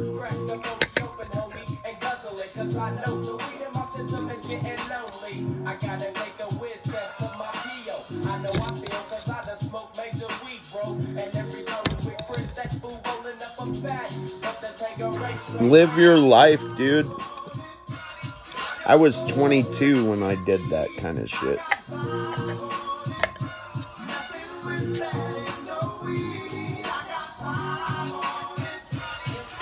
I'm 38 now.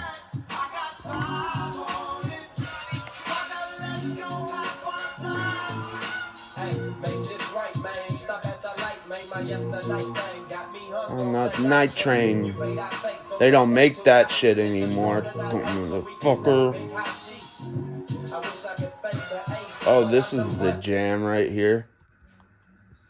Dibs, check out my new custom pickleball gear, huh? Winning combination, am I right? The missus went a different. This guy sells me Toyotas. Actually, Toyota sells me Toyotas.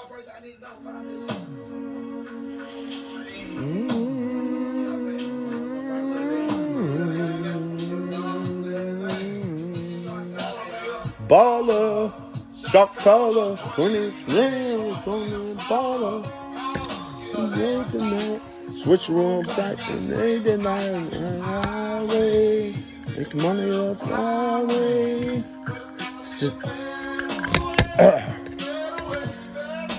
He's selling songs, other people's songs, making money the flyway.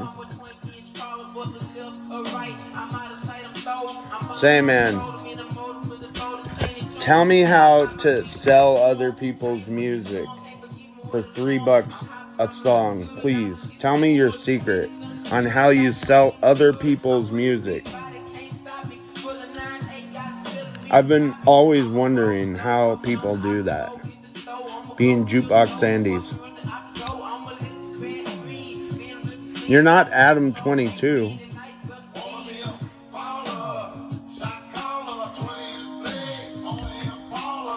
No, they did not switch the back. Say tonight, highway, making money the highway. I even forgot the lyrics. I used to know the lyrics. Begins to the chorus, at least. Making my ends.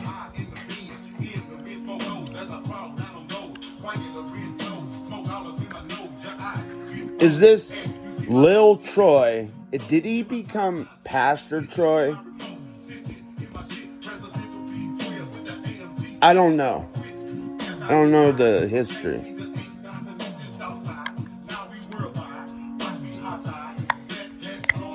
I've always been worldwide.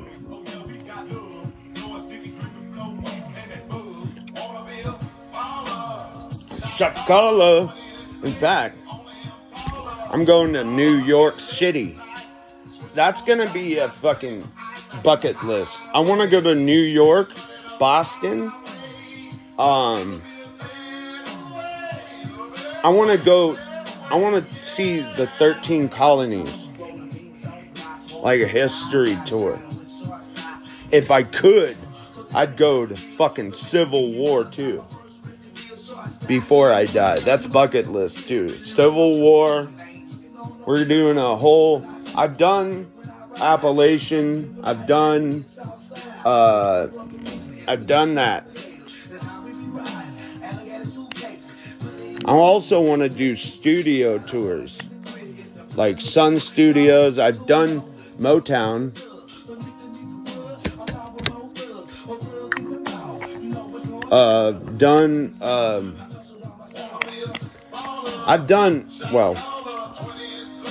I've been in places where shit was recorded.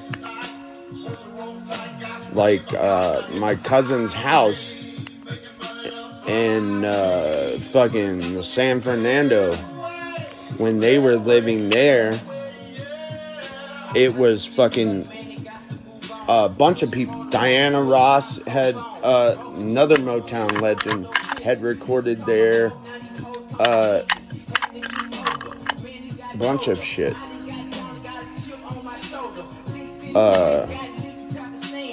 Because of where it's located, it was literally six houses down from the fucking studio. So you could bring the recording and have it fixed.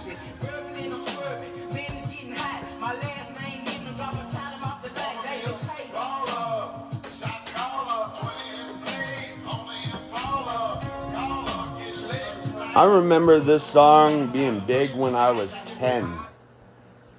Master P, Lil Troy. What was it? Master P had a lot of songs.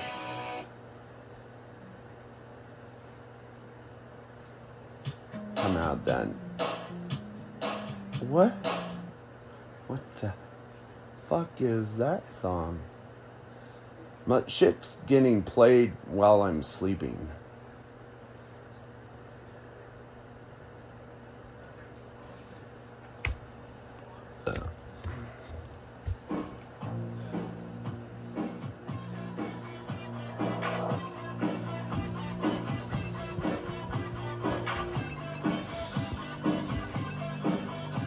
Yo, Tommy, how's my feet look?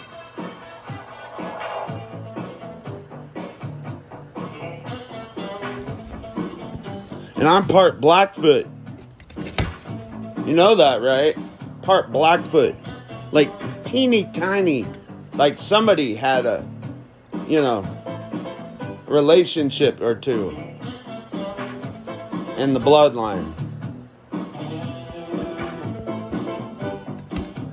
Like, not enough to even make a dent.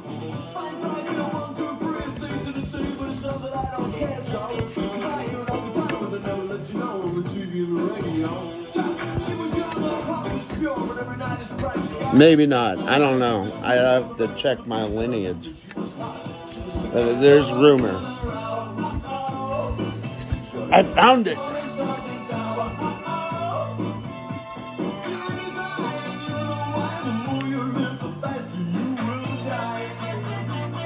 You hear that? The more you live, the faster you will die.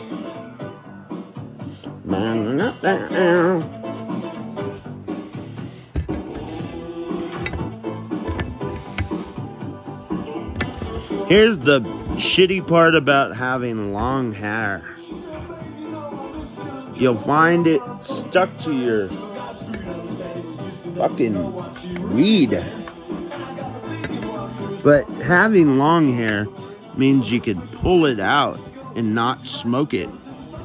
What do you guys with the short hair do? Just taste it in your weed, huh? Although hair doesn't fall out as much, I found out. I feel like you notice hair more when you got long hair. I had long hair when I was younger. I was a teenager. I was trying to grow dreadlocks. Like the dirty fucking dreadlocks. Like literally, I'll grow them now. But I was banned. I was banned from growing dreadlocks because of the upkeep.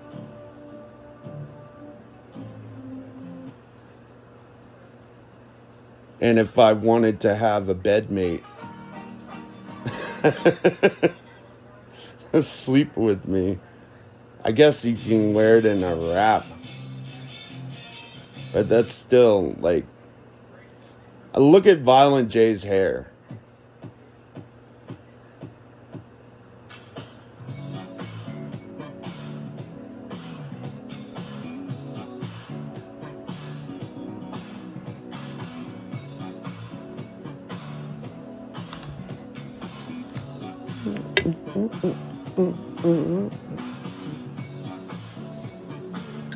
Nice.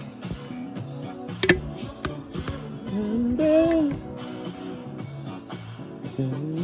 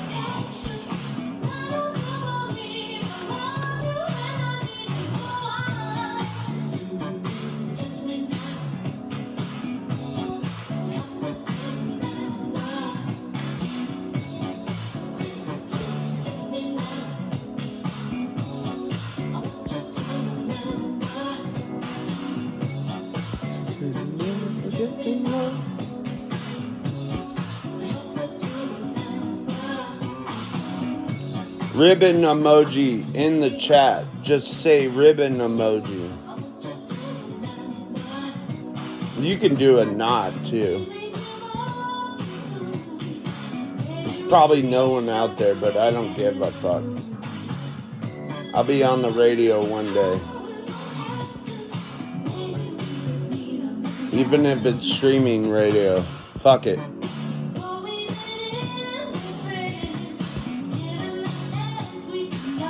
With a phaser.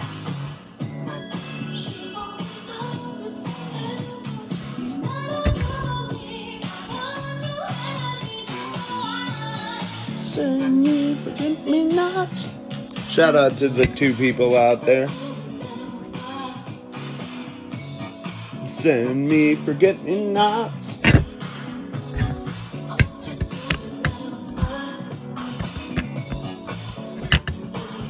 I could set this up right, I guess.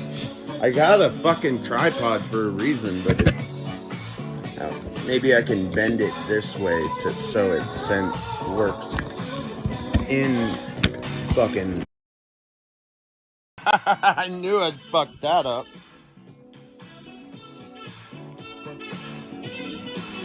So it didn't hit any buttons. What's going on? Why did it do that? Okay, whatever.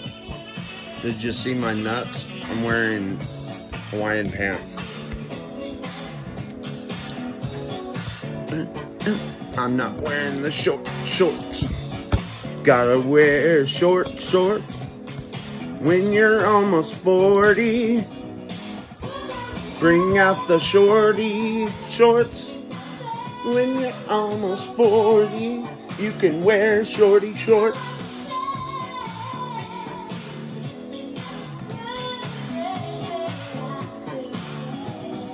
In fact, I've been wearing short shorts for a long time.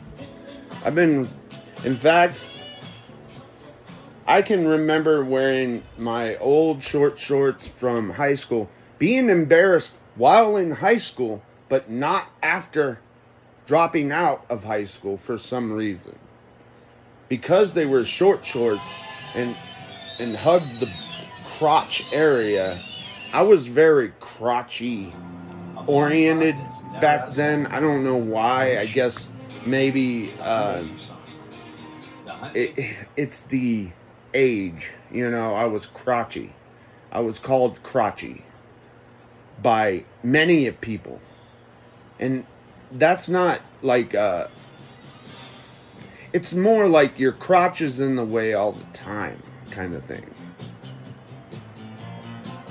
This is a good one. If you remember back in the game Dungeon Keeper, when you set your casino to give generously to your demon spawns, you would play this song when they'd hit a jackpot. Burn, baby, burn. I hate disco, but I love this band. I guess I can't hate disco if I like these, like, I like funk and dance music from the 70s, so fuck it. I'll say I like disco now.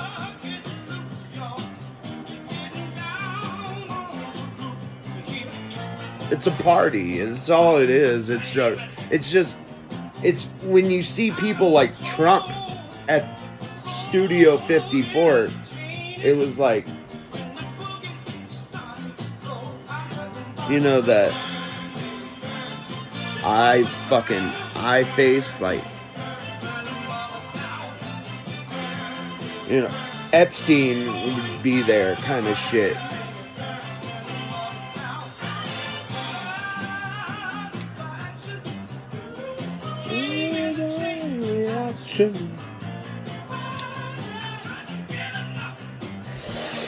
We had a club called Chain Reaction back in Anaheim. Anal Slime. Sorry, Anal Slime. Where's my hat? Where did it go? I had to put it up. I know I had to put it up somewhere.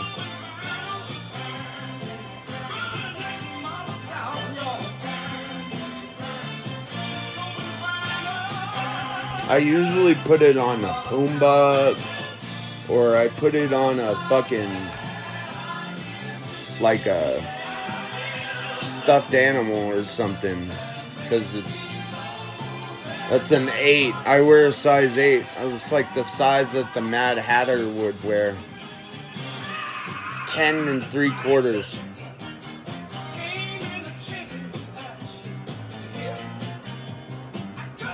Size 10 3/4. Beaver hat. I used to wear a bowler cap. I thought I was doing droogie shit, being a violent little shit. I really didn't. Until later. And then, actually, we wore weird clothes, so I guess it was droogie shit. We'd wear these fucking flags. T-shirts or pouches, like little pouches, like fanny pack, but not. It was like a fanny pack, but not in the front. And then a butt flap that was kind of like a flag, and it would be like a band or a slogan. And we'd have to watch out, because if you didn't sew the patch on right, it'd be like a samurai fucking flag. You have the trinkets that samurai wear. In fact, that's what it reminds me of. I'd have it right on my front.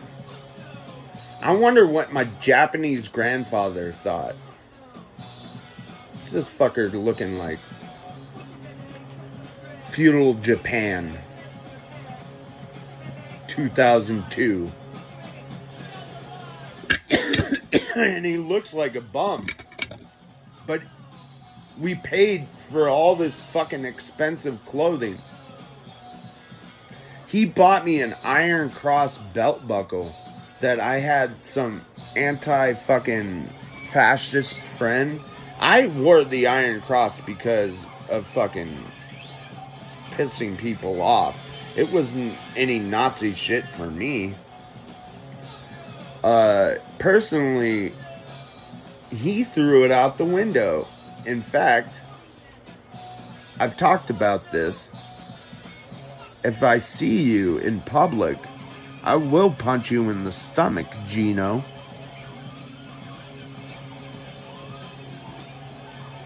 That's 2 in the stomach.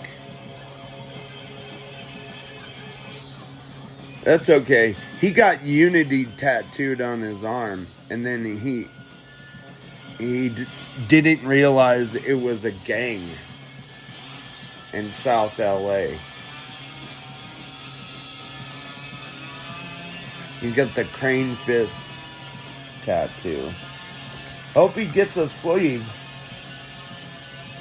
because a lot of us didn't get sleeves. A lot of us have like random tattoos.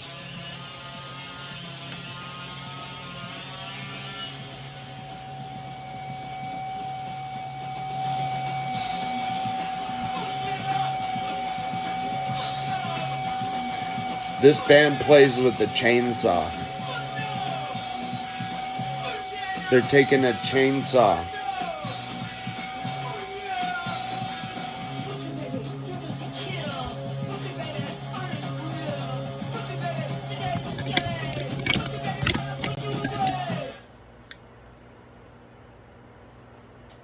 You like the plasmatics? We're always a step ahead. Like how the price of your plan won't go up for 3 years. Guaranteed. Tommy, you got something to say about Wendy O? Lock the price of your plan for 3 years. Just another Gigi Allen, Wendy O. We're going to talk about Dwayne Peters later. Look at that link. This is L'Oreal. In fact, I haven't played Gigi Allen in a while. I'll play some Gigi Allen. Oh, Gangrene.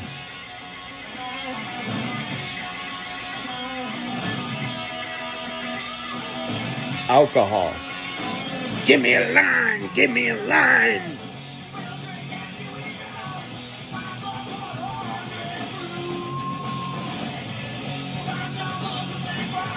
This makes me want to drink Budweiser.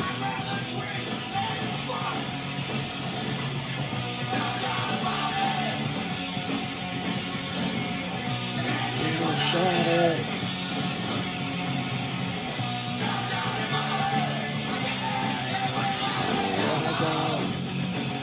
Alcohol.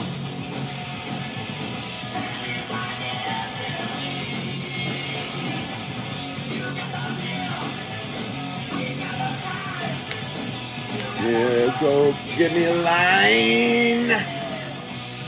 Right, Tommy? You got the Coke? Give me a line. Get your ass in treatment and stay there, dude. Keep your ass in that chair for 3 days minimum. 72 hours. Tell them you need it. Or you're gonna...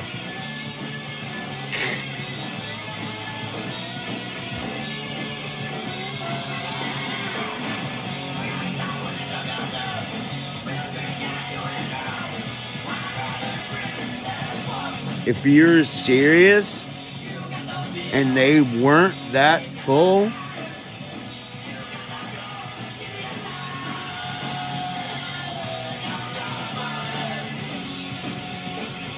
maybe I'm wrong. Maybe your town is full of junkies. Maybe you moved to a shitty part of town. Go to a different treatment. Go to a different hospital. I think you're not trying too hard. I think coming online and thinking about menus isn't trying. talking about menus, crackhead menus. Like, you know that you can call that person. This is a good song. It's about being in love and being toxic.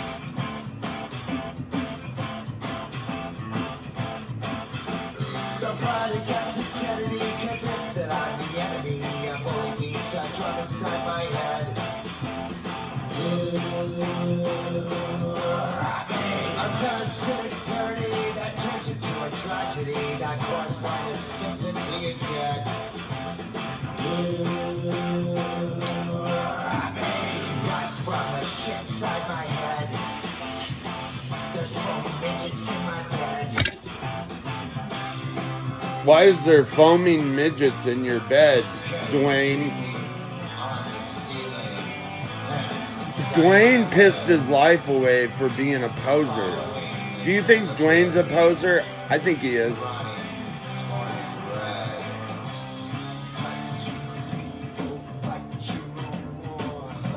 No, I don't think. I think he's never given up. He's never given up. He's never given up. Fuck you. Like, fuck you. Giving up.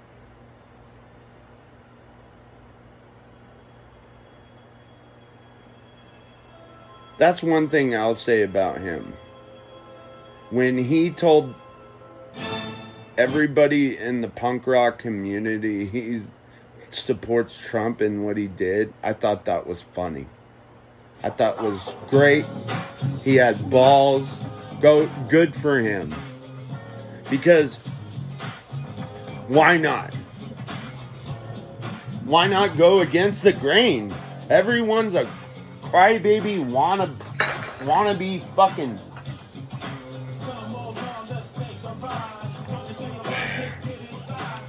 Look at Anti-Flag, for example.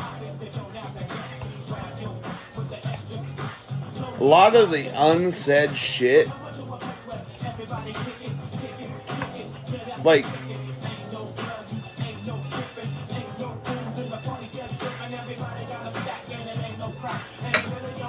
I don't know.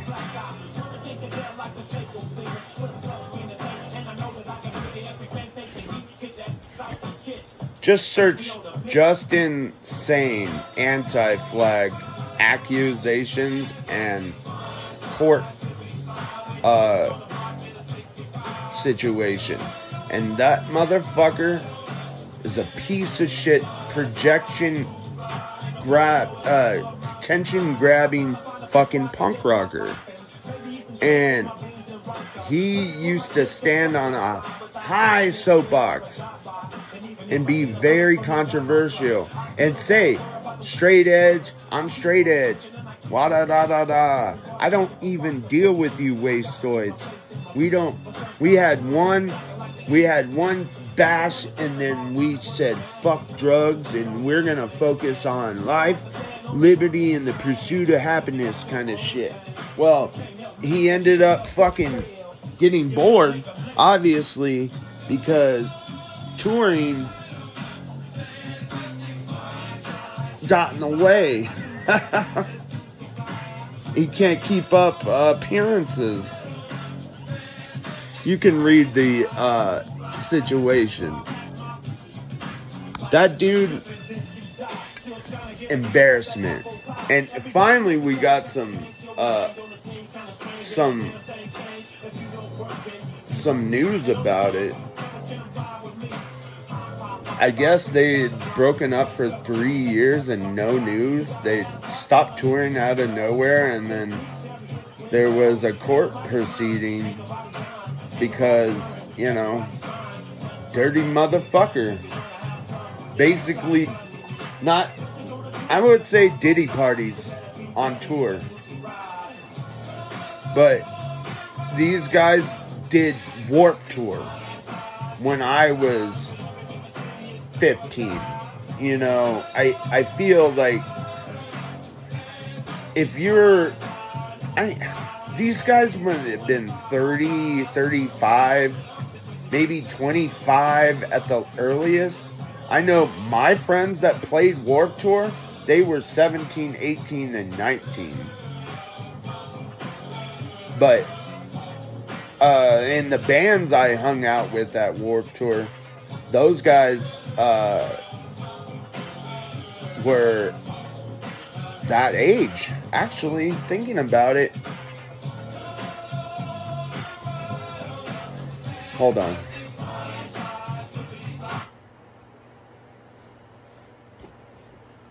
Hey Siri, how old is Jason DeVore? I found some web results. I can show them. Oh, god damn it. There's a band called Authority Zero. I got an interview with them. I hung out at their booth, got the interview, took some pictures of them at the show. They were cordial. They were professional. I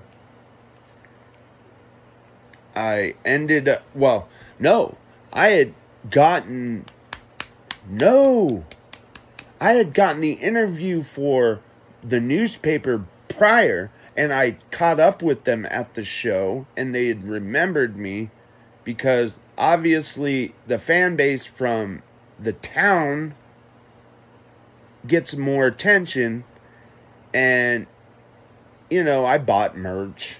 You know how it is. Fucking, you encourage the people to promote your shit. And they were cordial, professional, and they did everything that they should do as musicians. I was young, and I went on and did my normal festival day. Like, what else is fucking... What else would you do with when you're that age and you got some budding journalist? Like, you act accordingly. You don't fucking do a public spectacle.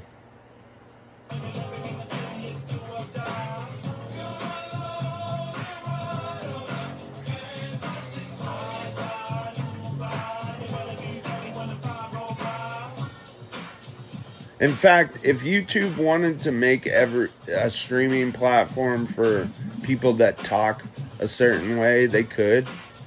I feel like they can make it 18 plus on the verticals, but I'm not saying much that makes a difference. These motherfuckers, if I say enough the word fuck, it's going to keep me out of the algorithm for any child switching through. I don't care what Q45 says. Sorry, Q. I disagree with that. You think you're fucking end all. But dude, everyone else has got an opinion. Just because you, at one time, yelled the loudest about it and was confident, doesn't mean it's true. Right?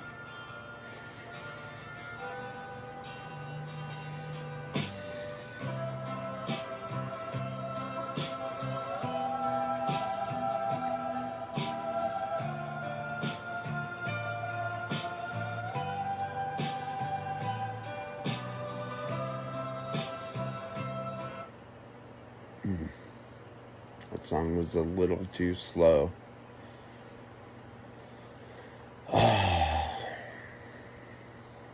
My Lance Adams is going good today. It was something... I was pissed off earlier.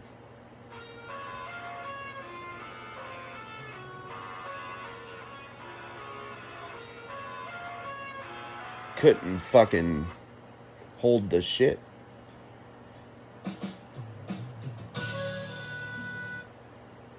What is this music?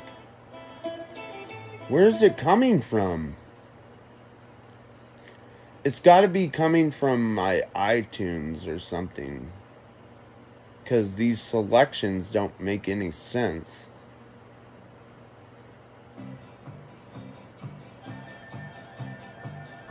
Oh, I like this.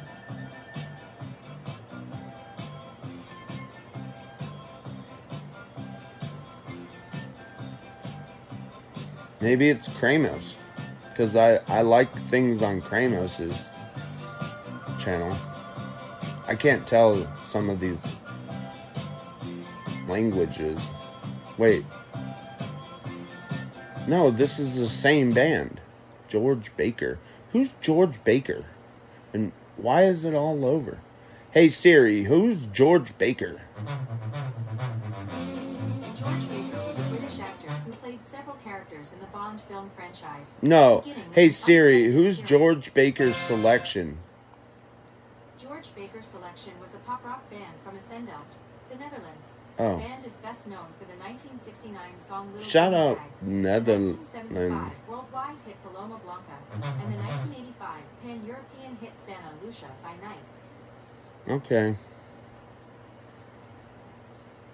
When your accounts are scattered, Maybe it's hard to see the your foreign full music financial I listen Count to. on Intuit Credit Karma to help connect your accounts in one place. The more you connect, the more we show you how to grow your money. Yeah. Download the app. And weirdos stalk you. The first time you see one like this, it should feel like this fever dream. Twisted, provocative, romantic. That's all I want.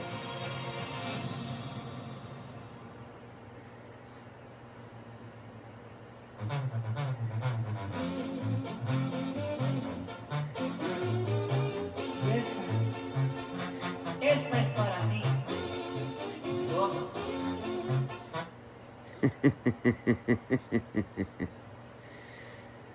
Nobody's watching me. I got a big goose egg on my channel. I wonder who's live.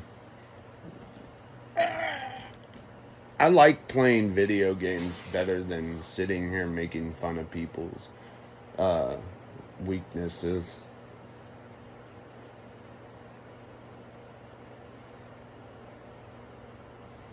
I could say supporting people in their recovery if they weren't throwing my disability around like it's shit.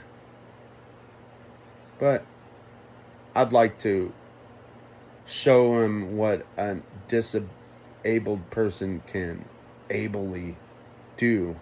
Lock me in a room for 5 minutes with you.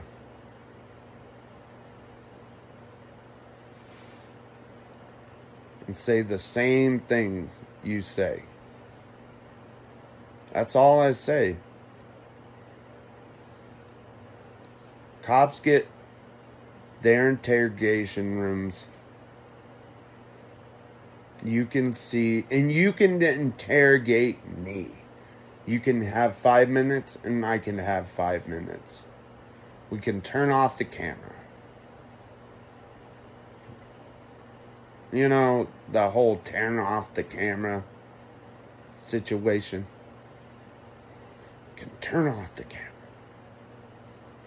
We could take off the badge. I don't wear a badge, but maybe I should. I got too much of a history. I'm not a snitch. And I don't like the way they imprison people. And a lot of cops have to put people in jail that they don't want to. And I don't know if I could do that.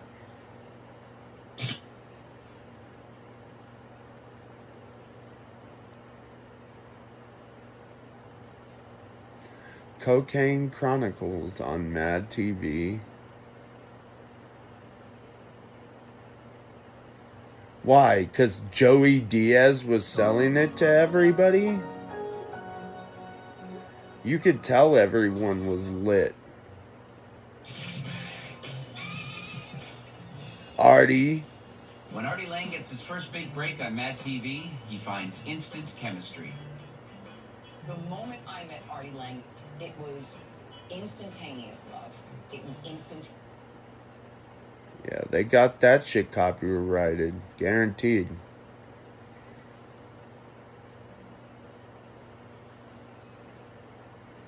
Artie is a very, very charming man. In fact, that's kind of the problem when people are too charming.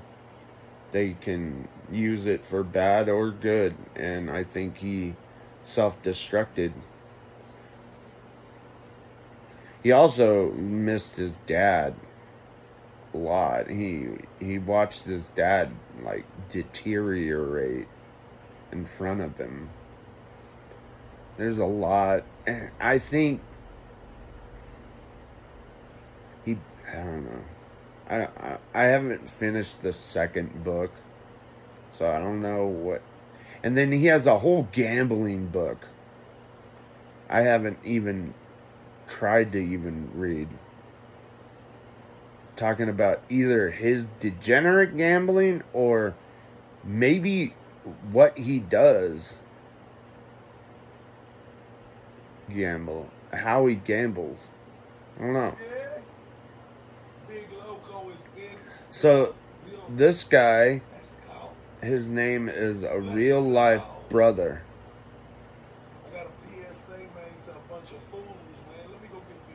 He is a PSA to a bunch of fools. He's gonna wait and give you a PSA. That's better. Now y'all can see me, man. You know what I'm saying? I got a PSA, man. This guy's... Y'all come on up in here, man, because I'm going to get y'all in here first. And then we'll get up in here. Miss Vanessa Martinez is #1 in the building. What up, lady? Is he not? Is TV he wearing in the building. What up, fam? purple? Blessings. Let's go.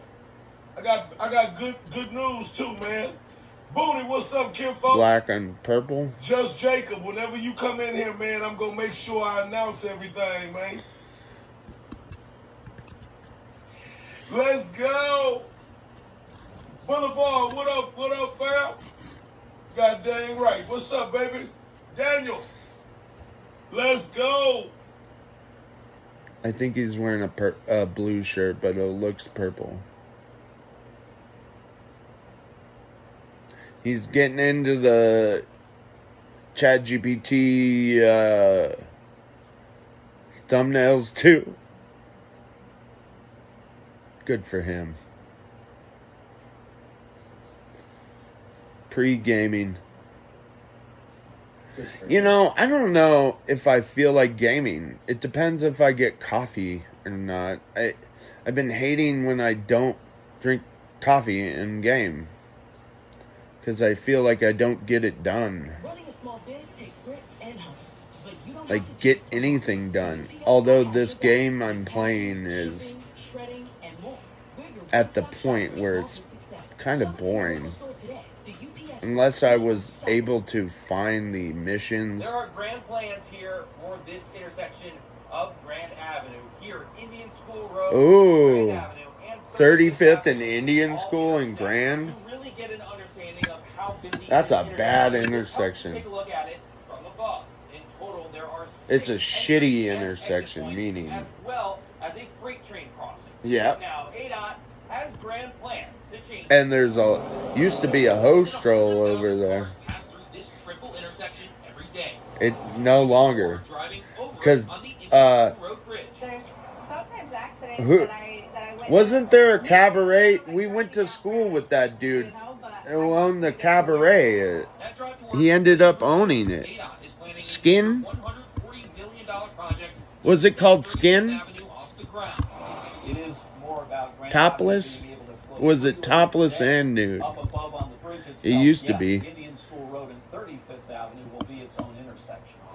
While traffic would flow freely and faster, ADOT says the focus is That's what's also funny. safe. Elevating 35th Avenue would also eliminate the railroad crossing. You would have the parallel railroad tracks. It's going to be nice to be able to take 35th Avenue over both Grand Avenue and They're going to take out the tracks? Commuters say while they expect the project to bring improvements, it's also up to all of us to stay safe. Just pay more attention. You know, we gotta not be on the phone and have our eyes at all times on the Don't road. drive down there anyways. Taking public comment for this project. If you have an opinion that you'd like to share, Last time I drove down there, I think, I mean, I've driven on Grand to get downtown, but I'm saying driving around there, I think I was picking up a bag like 15 years ago. It was a couple of years ago.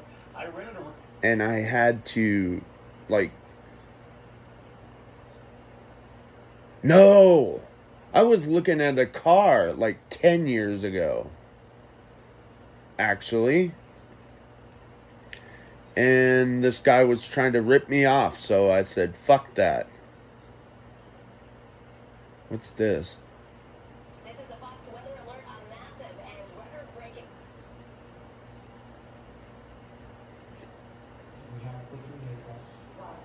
ICE under surveillance.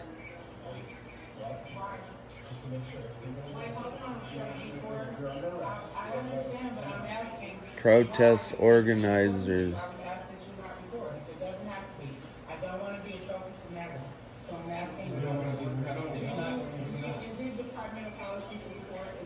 But it... Okay, so the administration is nothing to do with the Department of Justice. You realize that there's some things that I don't like using the 5-year-old to bait somebody out of a house when they supposedly are a dangerous person. You know, like that 5-year-old between you, law enforcement, and the dangerous person coming out of the house. Come on. You're doing a illegal search. You know it's an illegal search. And you're using the 5-year-old that lives there, or that signed up to live there,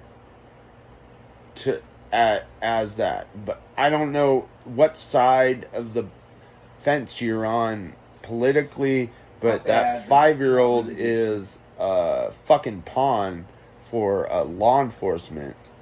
That makes it's like, it's one thing to say you're a fucking a dope dealing parent.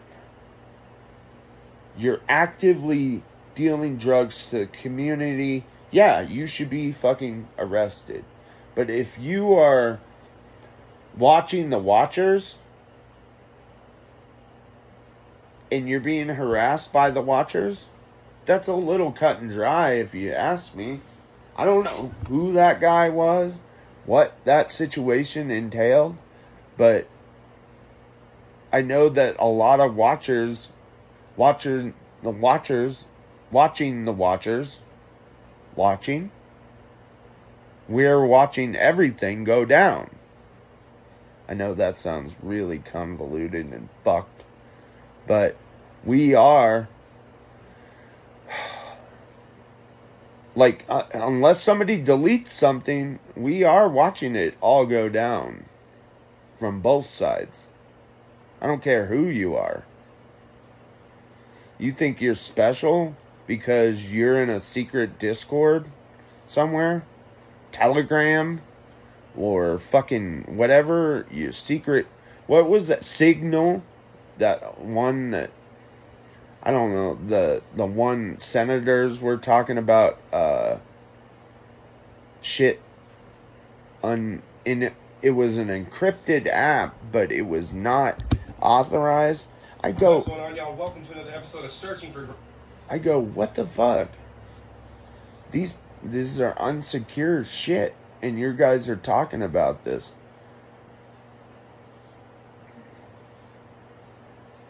I had one Telegram thing they added me to, and it never helped. It was stake.com. And it was supposed to give me bonuses for my bets. And it was like, you had to bet $1 million to earn a bonus. And I'm like, fuck this. You guys are fucking egregiously, like, not playing. It's not real. It's not real. That can't be real. And by the way, there's a reason people are pissed. Binance is a good reason. The Binance fraud, the billions of dollars have been missing in crypto. And it gets thrown around, gets lost. What's this? Oh. So who knows? I think it's funny that they gave us an option to use legal points, tokens, in a legal way, but I still have to use crypto. So I can access this site, but if I access your site through, I don't know, the main site, stake.com, not stake.us, which is the one I accessed and got fucked over by. By the way, dude, the guy that got me into that, I was like, I like playing casino games. I grew up playing cards. I can gamble. I can play games. I don't give a fuck about, I know the casino's gonna rip you off. I know that's the deal. So, when it's a Curacao-run crypto casino that was CSGO, like coin flips originally or some shit. Not CSGO, but not exactly CSGO. It was coin flips or some shit type. Guarantee investing in things like that there was investing in that. I maybe not the two heads of stake, but I guarantee there's some fucking CSGO lottery gambling shit involved. And I can't see that being good. We used to gamble as kids. It was fun, but we did innocent bets, like $5. The most.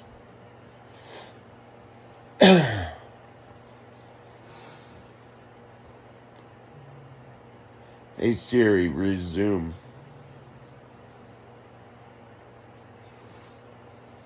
One sec. Is it gonna play something stupid? Still on it. Yeah, it doesn't remember what I played. Hey Siri, play Smut Peddlers singles. On it. Which app do you want to listen to this on? Apple. I found one option. Apple Arrowhead on West No! Center in Glendale. God.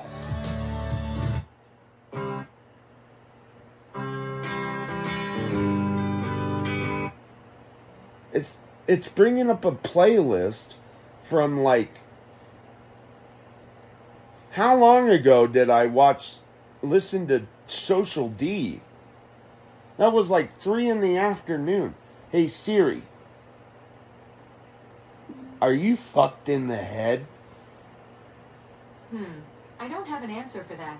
Is there something else I can help with? Yeah, play DI. Chino. Sorry, one more time. Chino by Smut Peddlers now playing on Apple Music. What am I fucking... Am I having a conniption?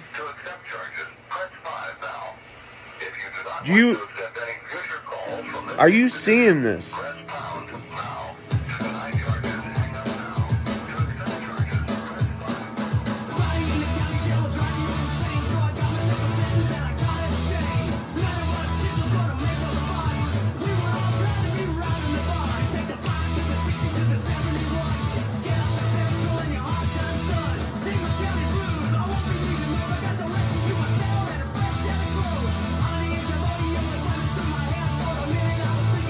Chino.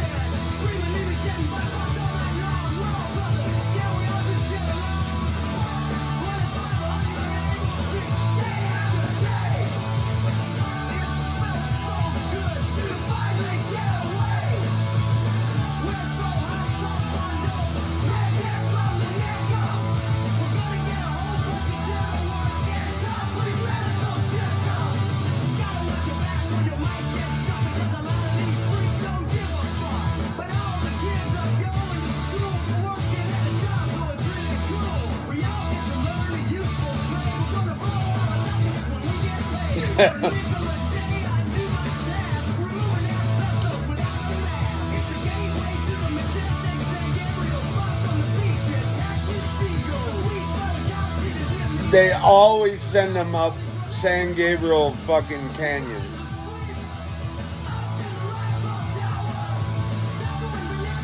We used to fucking wave to the fuckers.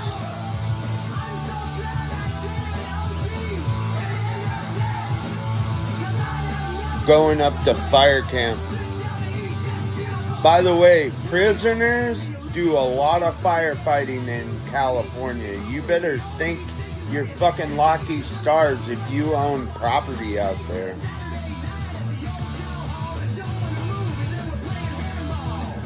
Especially if you have it still there when you get back.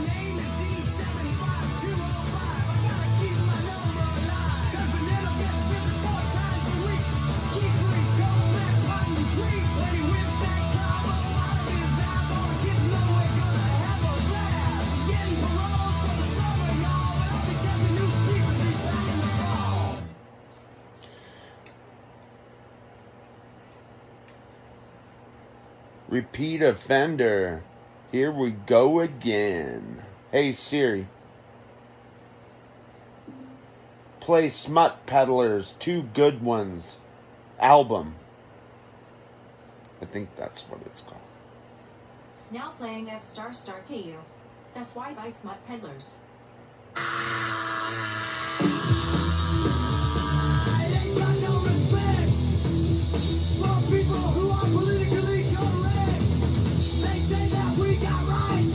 And we need them.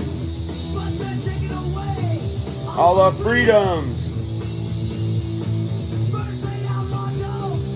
In California, cannon light up a fucking smoke.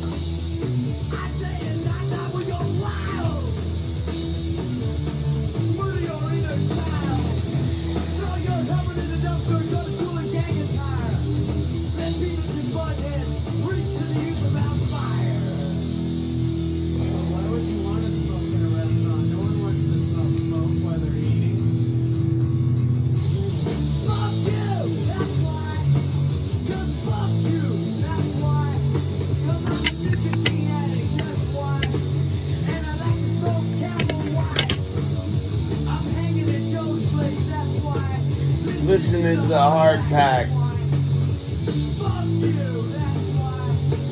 Hey Siri, what's the weather in Phoenix? It's currently clear and 51 degrees in Phoenix, Arizona. Expect partly cloudy skies starting at noon. Then cloudy skies starting tonight. Today's high will be 67, and the low is 51. Doesn't give a fuck about your education. He just wants to tie you up with violent legislation. He hangs with Richard Floyd. They sucking each other's hemorrhoids. When's the Blogger House gonna open up again, by the way? Speaking of sucking on hemorrhoids, Blackout, when are you going back up to Coeur d'Alene?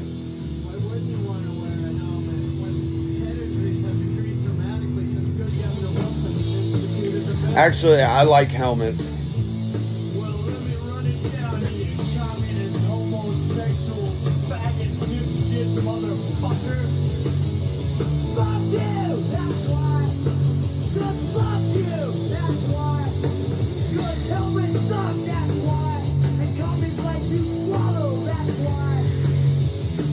I got 2 helmet violations when I was underage.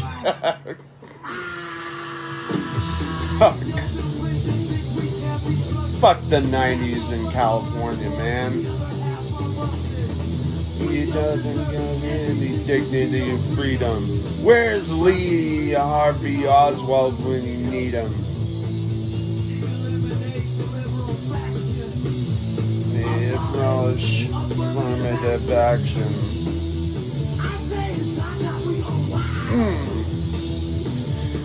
Oh. Hey!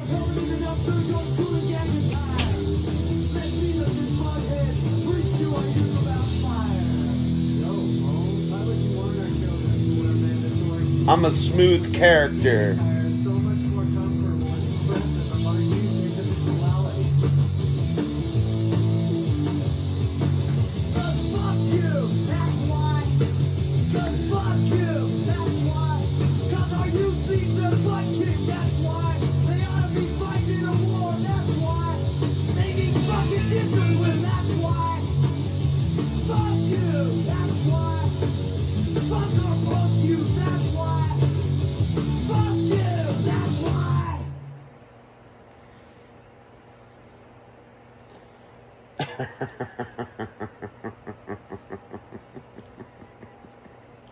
They ought to be fighting in a war with Pauly Shore.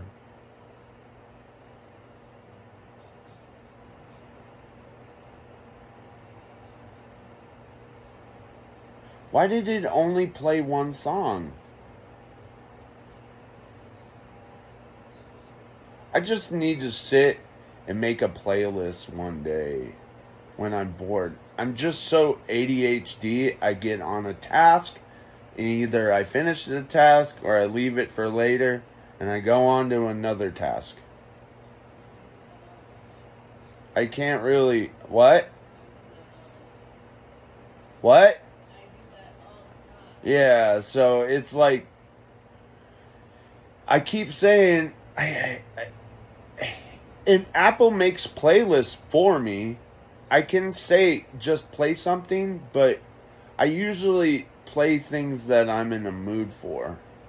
I'm watching this casino, Desert Diamond Casino shit, and it's like only white people like winning, only white people at the casino. It was like projected to, like, obviously they know who I am on my channel, but oh, it gave me a fucking ad for, and it only had black people in it. Yeah, right. As I say that, it gave me an ad before this that had only black people in it. And they were wearing all red. It was Allstate or something. I skipped it.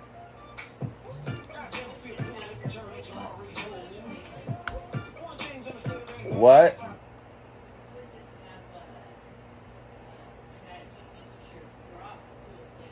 Yeah, I do. But they only have working playlists with Spotify.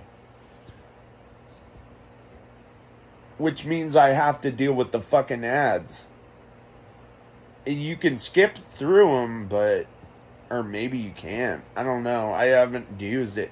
But we pay for... Well, I don't... I do pay for it because I pay the phone bill. You know, but... I pay for fucking Apple Music to not have ads. And so I don't get fucking... Who's that guy that Tom Segura fucking always shits on? Low Places. I got friends in low places. What's that fucking country singer? Douchebag. With the hat. Chris Gaines. Garth Brooks. So I don't get Garth Brooks on my shit. That's one guy that didn't sign up for Apple. Like, he refused. He's got like exclusive with something else.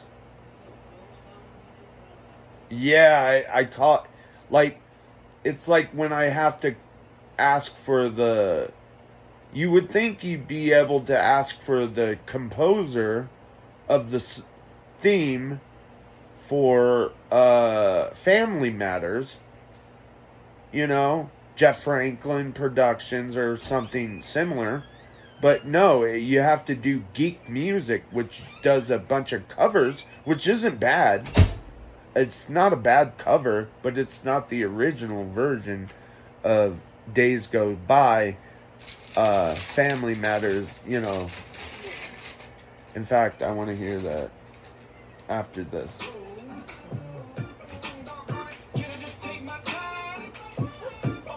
I think I'm sitting on my balls again.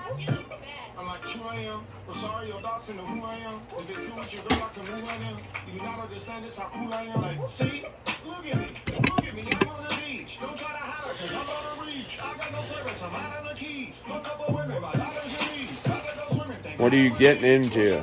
Are you putting a bag away? Alright, go.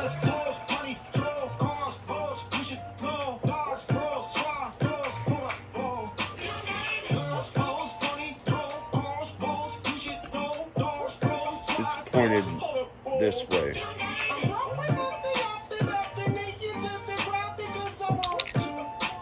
Grassy ass.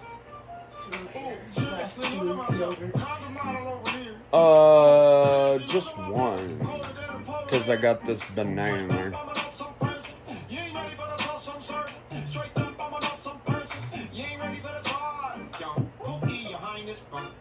What time did I wake up? Midnight. 11:45.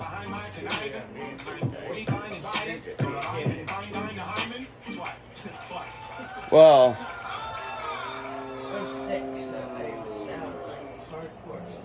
yeah, that's probably why I couldn't get your attention. I called you 3 times, and I banged on the wall. Nobody else was waking up because everybody else took off and early, you know.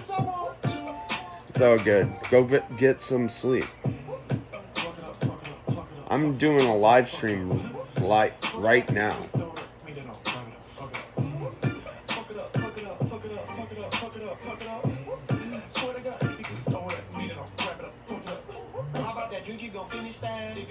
Shit, I'm gonna beat his ass. I got 2 hands that gon' fit his ass. Knocked on my coat, he gon' cheat his ass. Dropping our phones up in Trinidad. About to make films up on Skinner Man. Oh, you just jealous because my bedroom sound like it's a fucking women's tennis match. I hate when people use ring lights and they look right into it and their eyes glow like that. It's too surreal.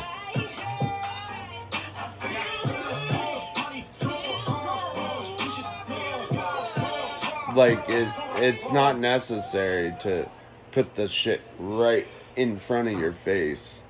I'm sure it will get fixed eventually.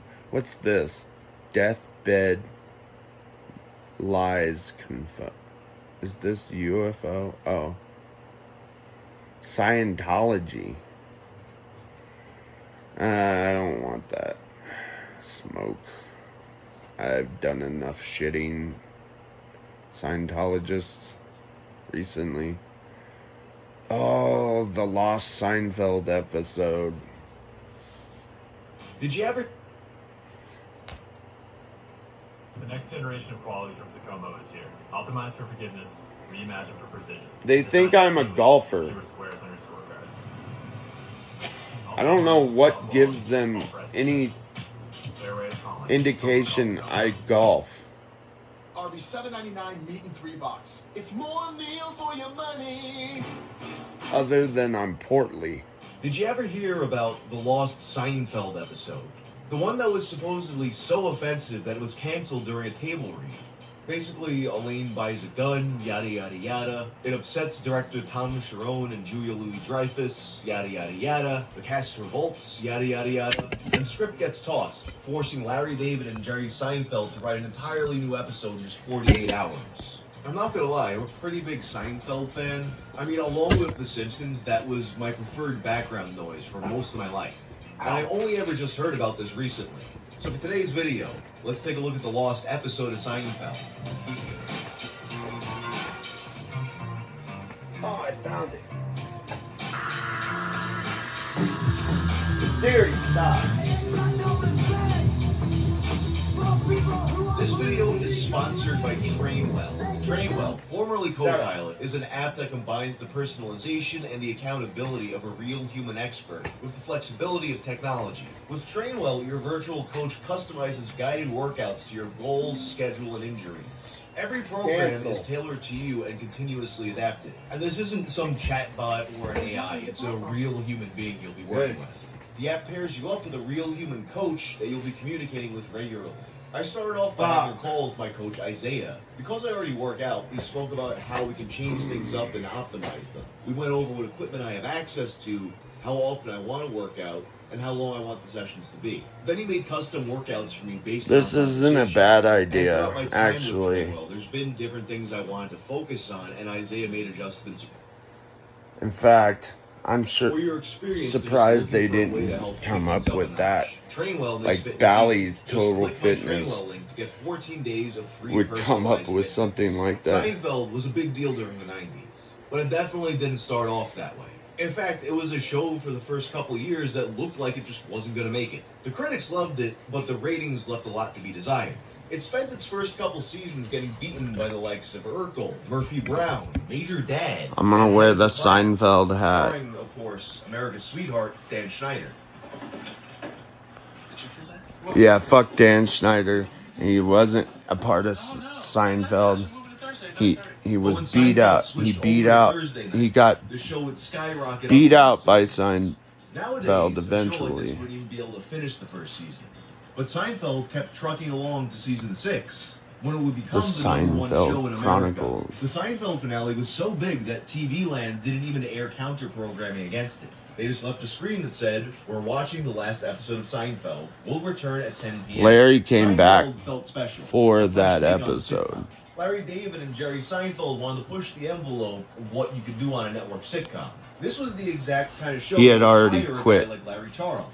But at that time, talking about dark things and admitting dark things about ourselves was not what sitcoms were about. They were about hugging.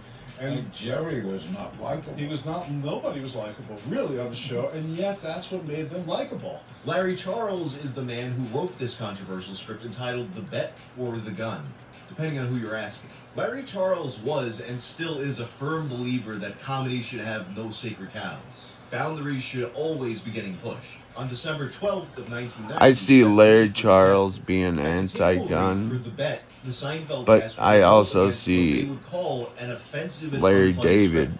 I do remember that show. No, I see Larry David sporting a gun. The bet is the only one we never shot. So what happened that day, and what happened to the script? Tom Sharon said, the actors looked at me and said, "We don't want to do this episode." There goes the shakes. I agree with you. Guns are not funny no matter what you say. The bet was Siri, the time? 4th episode of season 2. It would have been episode 9 of the 180 episode run. Oh, it's a in the fucking script, late. Elaine wants to buy a gun for personal protection. So Kramer would bring her to meet a black market gun salesman. This gun salesman meetup would be similar to a scene from the movie Taxi Driver. According to Entertainment Weekly, the script was inspired by season 3 writer/producer Elaine Pope. This was having written just bought a up gun in herself. Entertainment I was Weekly. concerned about Source. Kramer That's Michael Richards talking. being so open about arming Elaine. Kramer. Although, you know, why not? Big Seinfeld Larry guy. Charles, in an interview with Screen Crush, says that around that time there was a lot of talk of women buying guns. What if Elaine bought a gun? Yes. Elaine wouldn't be I think ashamed that women she should was own right guns to defend her if position. they Only Elaine could have defended her position can to keep Louis mental Dreyfus health himself. Bobby Joe Lathan would say that during the script reading, under Julie wrap, was vocally under, protesting you the know, script. But it control. seems to me that something had happened at that time in the news, and it was about somebody getting shot or what have you, and so that's why I was thinking they were gonna get rid of it, you know. But I could be lying. I don't know. You know, that's I could be making up my own little script here for all I know. I remember thinking, we're not going to do this. The rest of the cast was said to have sided with her objections. Now, Jerry Seinfeld himself might have been more willing to go along with the script. In a Reddit AMA, Jerry would later recall the script as not being very funny, but his memory had him being the one who purchased the gun. During this table read, it said that director Tom Sharon and the cast revolted on set. In my opinion, guns aren't funny. Tom would report back to NBC that they did not want to do this script. So what was it that set the cast off? From all reports, it was a piece of dialogue in which Elaine would describe different types of political assassinations. Jerry and Julia read this one scene where she has the gun and she's holding Jason it. Alexander. She says to Jerry in the car, "All right, Jerry, where do you want it? The Kennedy, the McKinley?" And she said it.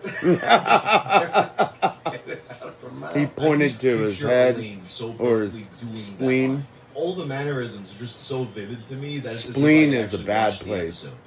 And I remember saying it. Instant infection and shit. The most pathetic guys I've ever looked at me, Jerry. And everyone got up from the table and she went, over to her and she went, and I said, I don't think it's going to be a problem. Which I guess it might make sense with JFK crossing the line, as JFK Jr. would be a plot point in a later episode. Although they would later parody his assassination. His father's assassination. Tom Sharon says, as I recall, there was some reference to make a joke called... He died over the... And I guess it offended the cast as well. Cape Tom Cod. Sharon was a gunnery officer in the United States Navy. A gunnery officer is someone responsible for the maintenance of weapons and training people on how to use them. No, guns aren't The funny. show was barely hanging on as it was, and this might have just been too much too soon. Although Larry Charles still argues to this day that this episode might have flown in season 6. Everybody felt that it would work, actually. There may have been a shooting around the time of this table read that would have made the joke seem in extra bad taste. In a Vanity Fair interview, Larry Charles says that he had the full support Could have been of Larry Phil and Jerry Hartman. Seinfeld, but the episode wasn't funny Season enough to justify 2, the no. controversy. He didn't crack the code on how to make guns Hey funny. Siri, when did Phil Hartman die? Phil Hartman died May 20, It was also a tad too 1998, grim. age 49, Yeah. Los Angeles. That was around the ending And of because of that, the balance was Seinfeld. off, and the darkness kind of enveloped it, and it could never really emerge from that darkness and become what it should have been. But it also feels like this episode was judged a bit too harshly. That an episode like The Contest, which if you recall was the one where they I had guess contests that's the to not one have to- Shaq says an his episode like that might have favorite, been deemed too but it controversial seems to like air it had the was jokes fallen flat at the table. script And this when he change said was it. very late in the process, to the point where sets had already been built. A fact that was confirmed in Larry Charles's interview with Jack Vanity off Fair. contest. They even had their guest cast established. They had Ernie Sabella as the gun salesman Mo Corn. You might recognize Ernie Sabella as Leon Carosi from Saved by the Bell, Yep. or the voice of Pumbaa in The Lion King. Seinfeld fans, of course, know him as the naked man on the subway. Bobby Joe Lathan was a flight attendant named Connie. Her character was an integral part of the B-plot of the episode. In the episode, Kramer slept with a stewardess on the plane ride back from Puerto Rico. Booking.com has all kinds of stays because some love a rustic cabin. He had to get tickets to Costa Rica in the second season. There was a thing where Costanza had tickets to Puerto Rico or Costa Rica, and they ended up giving it to parents or something, but they changed that episode out. I remember I was watching Seinfeld again, like through again. Why am I playing ads like audibly? Anyways, it's like a Sandman stream. Get it together. Believe it or not, Jerry is the one who believes the story and George is the skeptic. And in the final version of the script, Jerry would be proven correct. And different drafts would have different ways that this is proven. The first draft of the script would actually have ramifications on the long-term history of these characters. For example, Kramer's name was originally going to be Conrad, named after Conrad Birdie from the film Bye Bye Birdie, which is something that Larry Charles is bummed isn't canon. Kramer also has a brother-in-law named David Zweig, so either he was going to be previously married or he was going to have a sister. The episode starts with Jerry talking about lesbians. I love lesbians. I'm Mr. Lesbians. The script gets a bit self-referential. This is a referencing Jerry's real life script. stand-up routine. George telling him to stick to supermarket jokes, socks, Pop-Tarts. Tells him he's no social critic. Then Elaine comes in and says, "Did I tell you I'm getting a gun?" There's a lot of muggings happening by her place, and Jerry responds that a gun wouldn't prevent that. Jerry Seinfeld is coming for your guns. Are you prepared to kill someone? I'm prepared to kill you.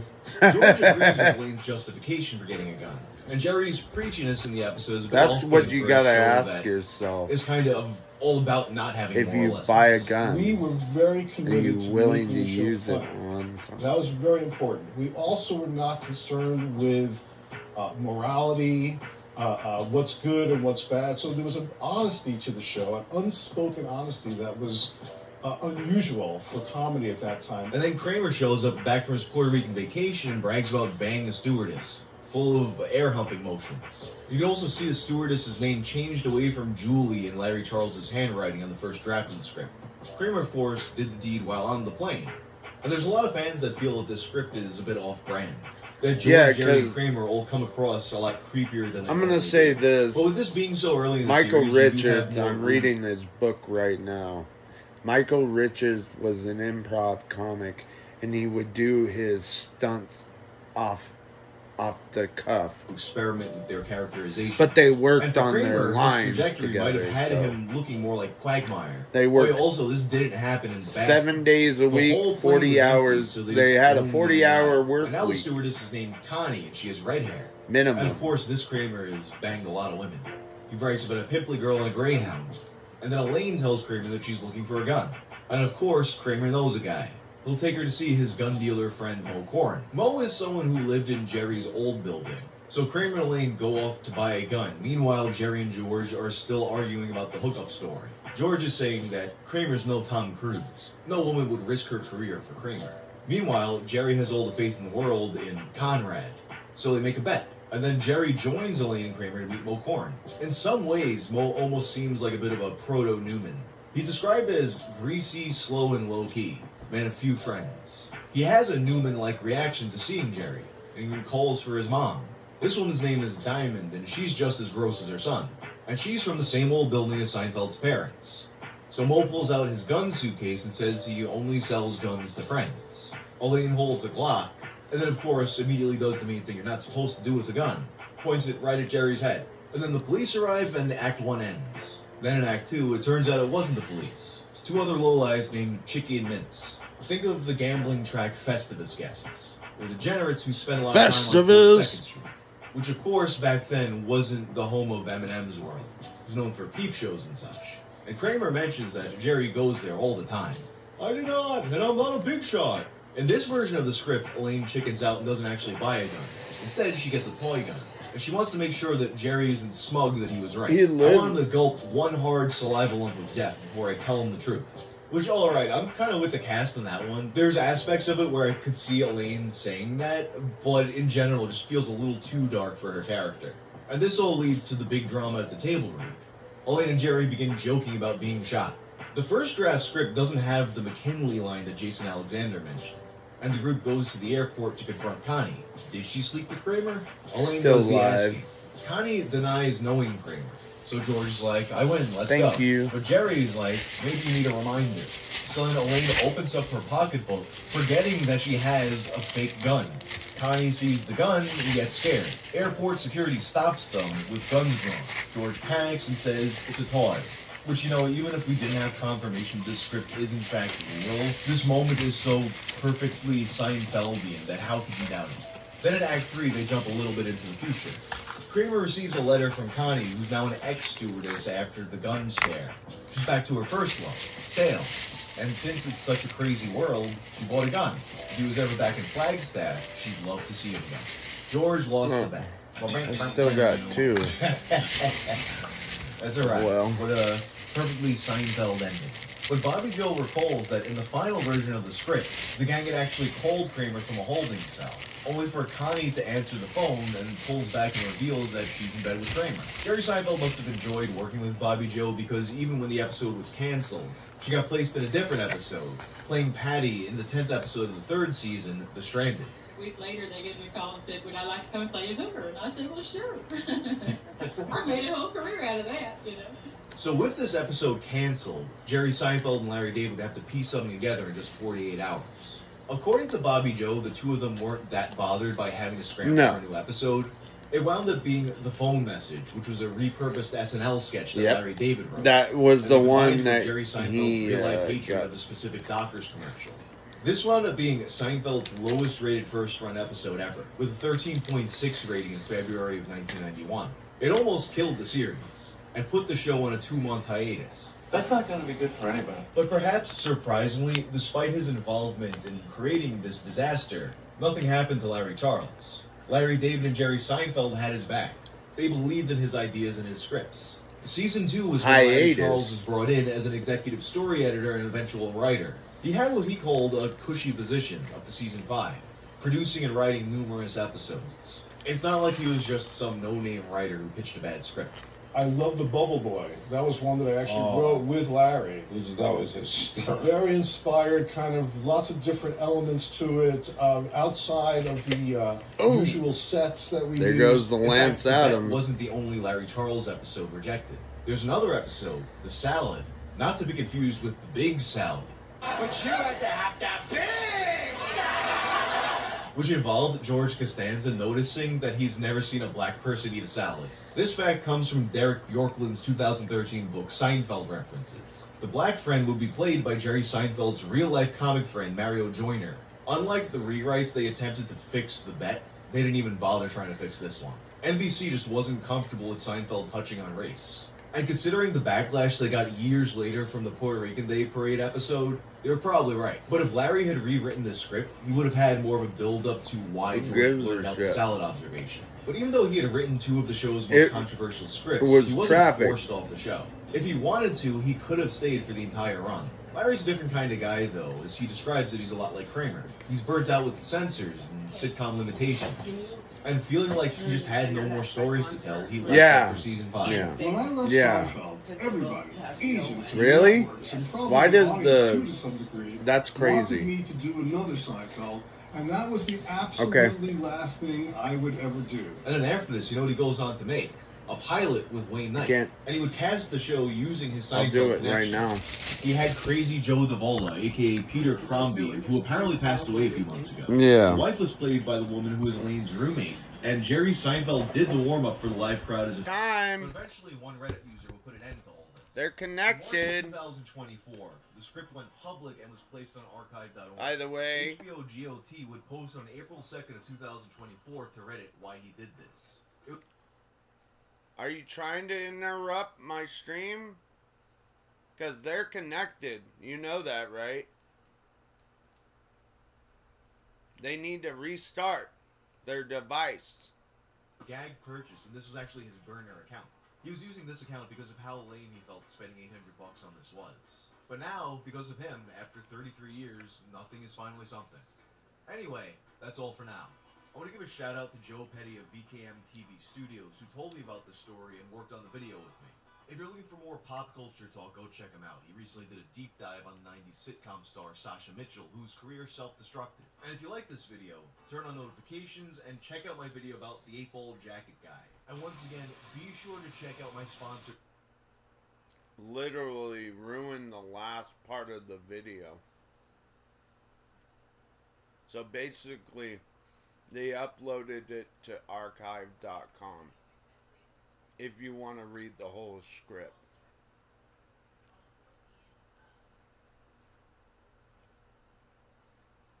Fuck. I hate that shit. You gotta have some civil fucking civility.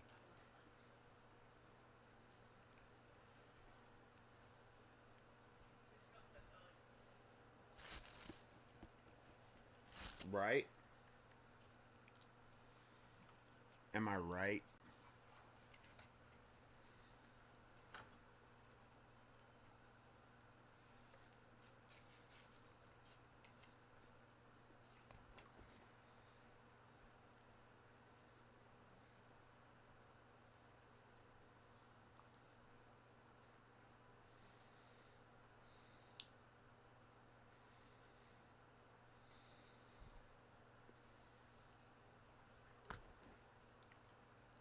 Welcome back to a series so shocking, even Electro subscribed. In today's video, Hassan is back trying to make jokes about shocking his dog. He's pretending he doesn't know how a shock collar works. He's playing a trivia game and calling out all his ops, including XQC, saying that clout went to his head. He's also calling out Jillywig for betraying him in the shock collar saga. Asmin is calling Hassan out of touch and has induced a meltdown on Twitter. Hassan is claiming that he never hid the fact that he grew up rich. Unfortunately, we have the evidence. Facts are still facts. Asmin has responded to Hassan's recent crash out, calling him smelly and disgusting. He's calling out Hassan for advocating more political violence, warning him that it will eventually backfire onto him. People are clowning on Kai Cenat for attempting to better himself and looking up words. Absolute clowns. Subscribe or you get zapped with 10 billion votes. You're cold. Looking up words. Imagine looking up a definition.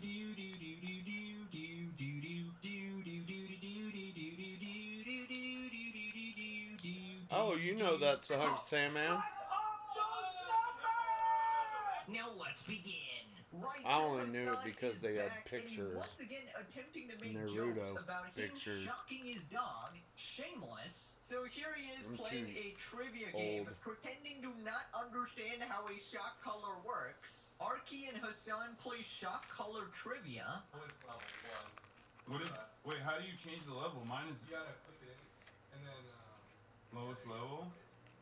Wait, it says 16. No, that's 16 for the vibrate. Oh yeah, that was vibrate. See how it's at that yellow icon? That means you're adjusting vibrate. Oh yeah, that was okay. Okay. If you click it in on the top again, you'll start adjusting. Wait, does this work on just this one? Wait, does this work on just this one? Yeah, so we'll trade remotes. No. Oh, yeah, exactly. Yeah. So we'll swap. Okay. All right.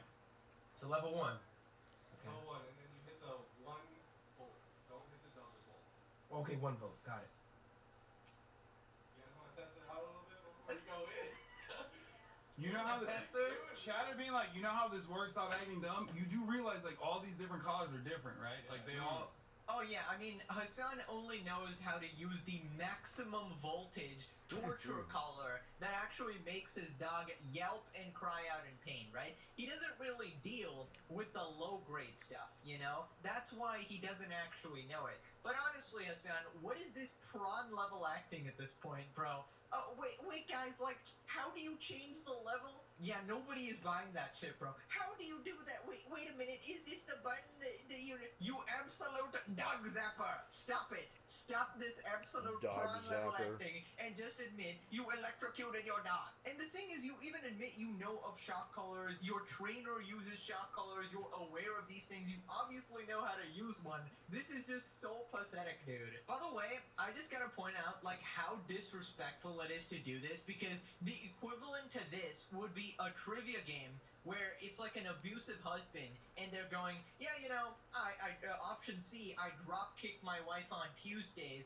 Option A, it was actually a falcon punch. Oh no, choking, I saved that for the weekend, right? Oh, actually, I never do that. I just go straight for the suplex. Like, that's the amount of trivia he's playing here. He acts like it's all crazy. It's just a conspiracy. Buddy, it's documented multiple times. We caught you in 2026. So then Hassan does what Hassan does best, and he shock collars his friend. This is a vibrate collar. This is a shock collar. It's not a vibrate collar. But are we vibrating each other or are we shocking each other? Shock, but low. Shock low. Okay, 3, 2, 1, go. Ah! Oh my god. Wait, are you sure you... No, I didn't do yours yet. Oh, you didn't? Did you want to do the same time? Yeah. Okay. Okay, I'll fuck it. go. You Okay, do say it. You time do it moving now. You do forward. it now. You All do right. it. 3, 2, 1. Oh, bro, that's gnarly. Oh! That is gnarly. Wait, what the? And that's the lowest setting. Okay, so now it bitch. hurts, right? So previously, when you zap Kaya with 10 billion volts, the second she tries to take one step off her bed and, reach for some water, and, you zap her and make her yelp out in pain, Zeus. and then you go, oh, Kaya, you're such a baby. Oh my god, a spoiled Zeus. baby crying at everything. You're being such a baby. And then when you get zapped, here you are, instantly crying, instantly going, what? It actually He hurts. misses. Wow, what a shocker, Hassan. It actually It brings hurts him being back to shocked and zapped all the time. Wow. childhood. Maybe you can actually learn some empathy for your dog now. Piece of shit. Finally experiencing a fraction of the pain he's been inflicting and dishing out for literal years. And by the way, this totally confirms the theory that all of Hassan's friends are on shock collars, right? Essentially, like, they get zapped if they disagree with them, at least hypothetically, right? I mean, we all know that Jellywig has that shock collar on at max capacity at all times. Money-wise, That's why he maybe. flip-flops and keeps swearing on his mom and taking it back. So then Hassan keeps crying like he does best. Oh, bro, that's gnarly. Oh! That is gnarly. Wait, what the? Hey, that was way different on my hand than. No, the neck, I think we have so much lip. 3, 2. Yeah, it's on your neck. Oh, fuck! Goes right to your brain. Ah! No, it sucks, bro. Son of a bitch! And Travels you waited too. I was like, through your I was gonna be like, why are you fucking waiting? Wow, nerves. breaking news, guys. Shocking news. The dog zapper actually doesn't like Yeah, getting this zapped. nerve. He doesn't like getting a taste He of went his own like medicine. this, I mean, hopefully 'cause it's he can on learn this from side. this experience and stop It zapping his zapped dog. his But if history is any parent indication, he's going to something continue nerve. doing it. He's going to continue doing it brazenly on stream in front of everybody because he knows the that at this whole point, side of people his don't head. care It anymore. I mean, some people do, everyone's but head. his cult audience It's got obviously this doesn't. And big by the way, this blood blood is still claiming chuck it's a right vibration here, and collar then the that he used spider on Kaya, veins bro. and We nerve. did the overlay. Blood It's vessels. a 1-to-1. The shock collar. The literal manufacturing company came out and exposed you. Your good friend. Yeah, Tony the went to her manufacturing house company and saw said, that you "Do fucking not took off the overuse prongs it." and taped over it. You absolute psychopath. I looked at the collar. Now that the collar's I'm taped done off. talking about Seinfeld, I'll take that off. Still lying about it, bro. You're crazy. People responded with a Trump meme, Hassan pretending to not understand the mechanics of a shock collar. It's giving the time Froggen got supersized fries and was like, oh my god, I can't believe they Fuck messed up my Hassan, order. I asked for dude. Steve Bendy's, not this. Bro, He's- you guys thought you were safe from the Froggen flashbangs. It's anywhere, anytime, even when we're not Fucking talking about call her. me. She gets mentioned, alright? It is what it is, alright? You gotta stay on your toes in the legendary series. What does 460 volts of electricity hitting your brain feel like? Therapy or torture? The truth about electroshock. Bro really trying to do the meme it away strategy and trying to gaslight everyone again? That's the Hassan Piker special. Bro's trying to pretend he's in on it and it doesn't bother him while downplaying it and messing with He the is SEO. reading He knows what Reddit. he's doing, and in a normal situation, he would have been able to bury this as old So he's criticism, just but now doubled he down misses more than and a reads standard Reddit controversy. again. Bro, the thing is, he's not in on the joke. We all know what happened when somebody came up to him with a meme of the Funny. dog shocking. He lost his mind and started talking about I think that's Asmongold's funny. address. What if it happens to you, or whether it be Asmongold's address? He's obviously very thin-skinned about this. I don't even know why he decided to do this trivia show. Nothing will Sounds happen funny, because right? nobody According cares. to Denham's face. What's up with wearing the Korean Asmon War Gold veteran hat? probably He fought in the Korean has had War. it Knowing happen Hassan to either him. something terrorist-related, communism-related, and/or mocking the U.S. There's no in-between. Or something dog-shocking related. Apparently it's explicitly to steal valor. Remember when his defense think- of it not being a shock collar was to cut the prongs and it looked flat but with tape? So what's this, a flat shock collar with no prongs? Well, to be honest, I don't think it's useful to dissect anything he shows us now because it's obviously going to be altered. We know he alters stuff, right? We know QT exposed him that he literally just alters stuff and tries to trick his audience, uses fat fucking hands to block half the shot caller anyways. He's such a Really? manipulator, bro. Right, so then he calls out XQC for not blindly following him like his orbiters and actually criticizing him when he does stuff like shocking his dog. Hassan says out of all of his former friends, XQC is the one who let clout go to his head the most during the shot caller trivia. Also pokes fun at coworker Ludwig. I wouldn't go to his funeral comments. Which friend of mine in the streaming space has let clout get to their head the most? Could it be a former friend? Ooh. Former friend? Up to me? No former friend. Okay. Yeah, former friend too easy. That is true. I was gonna say XUC. Oh. Yeah. Current friend. Who's let clout get to their head? A friend. Zoran Mamdani, the mayor of New York. The mayor of New York? Yes. Okay. There you go. Okay. That's my answer.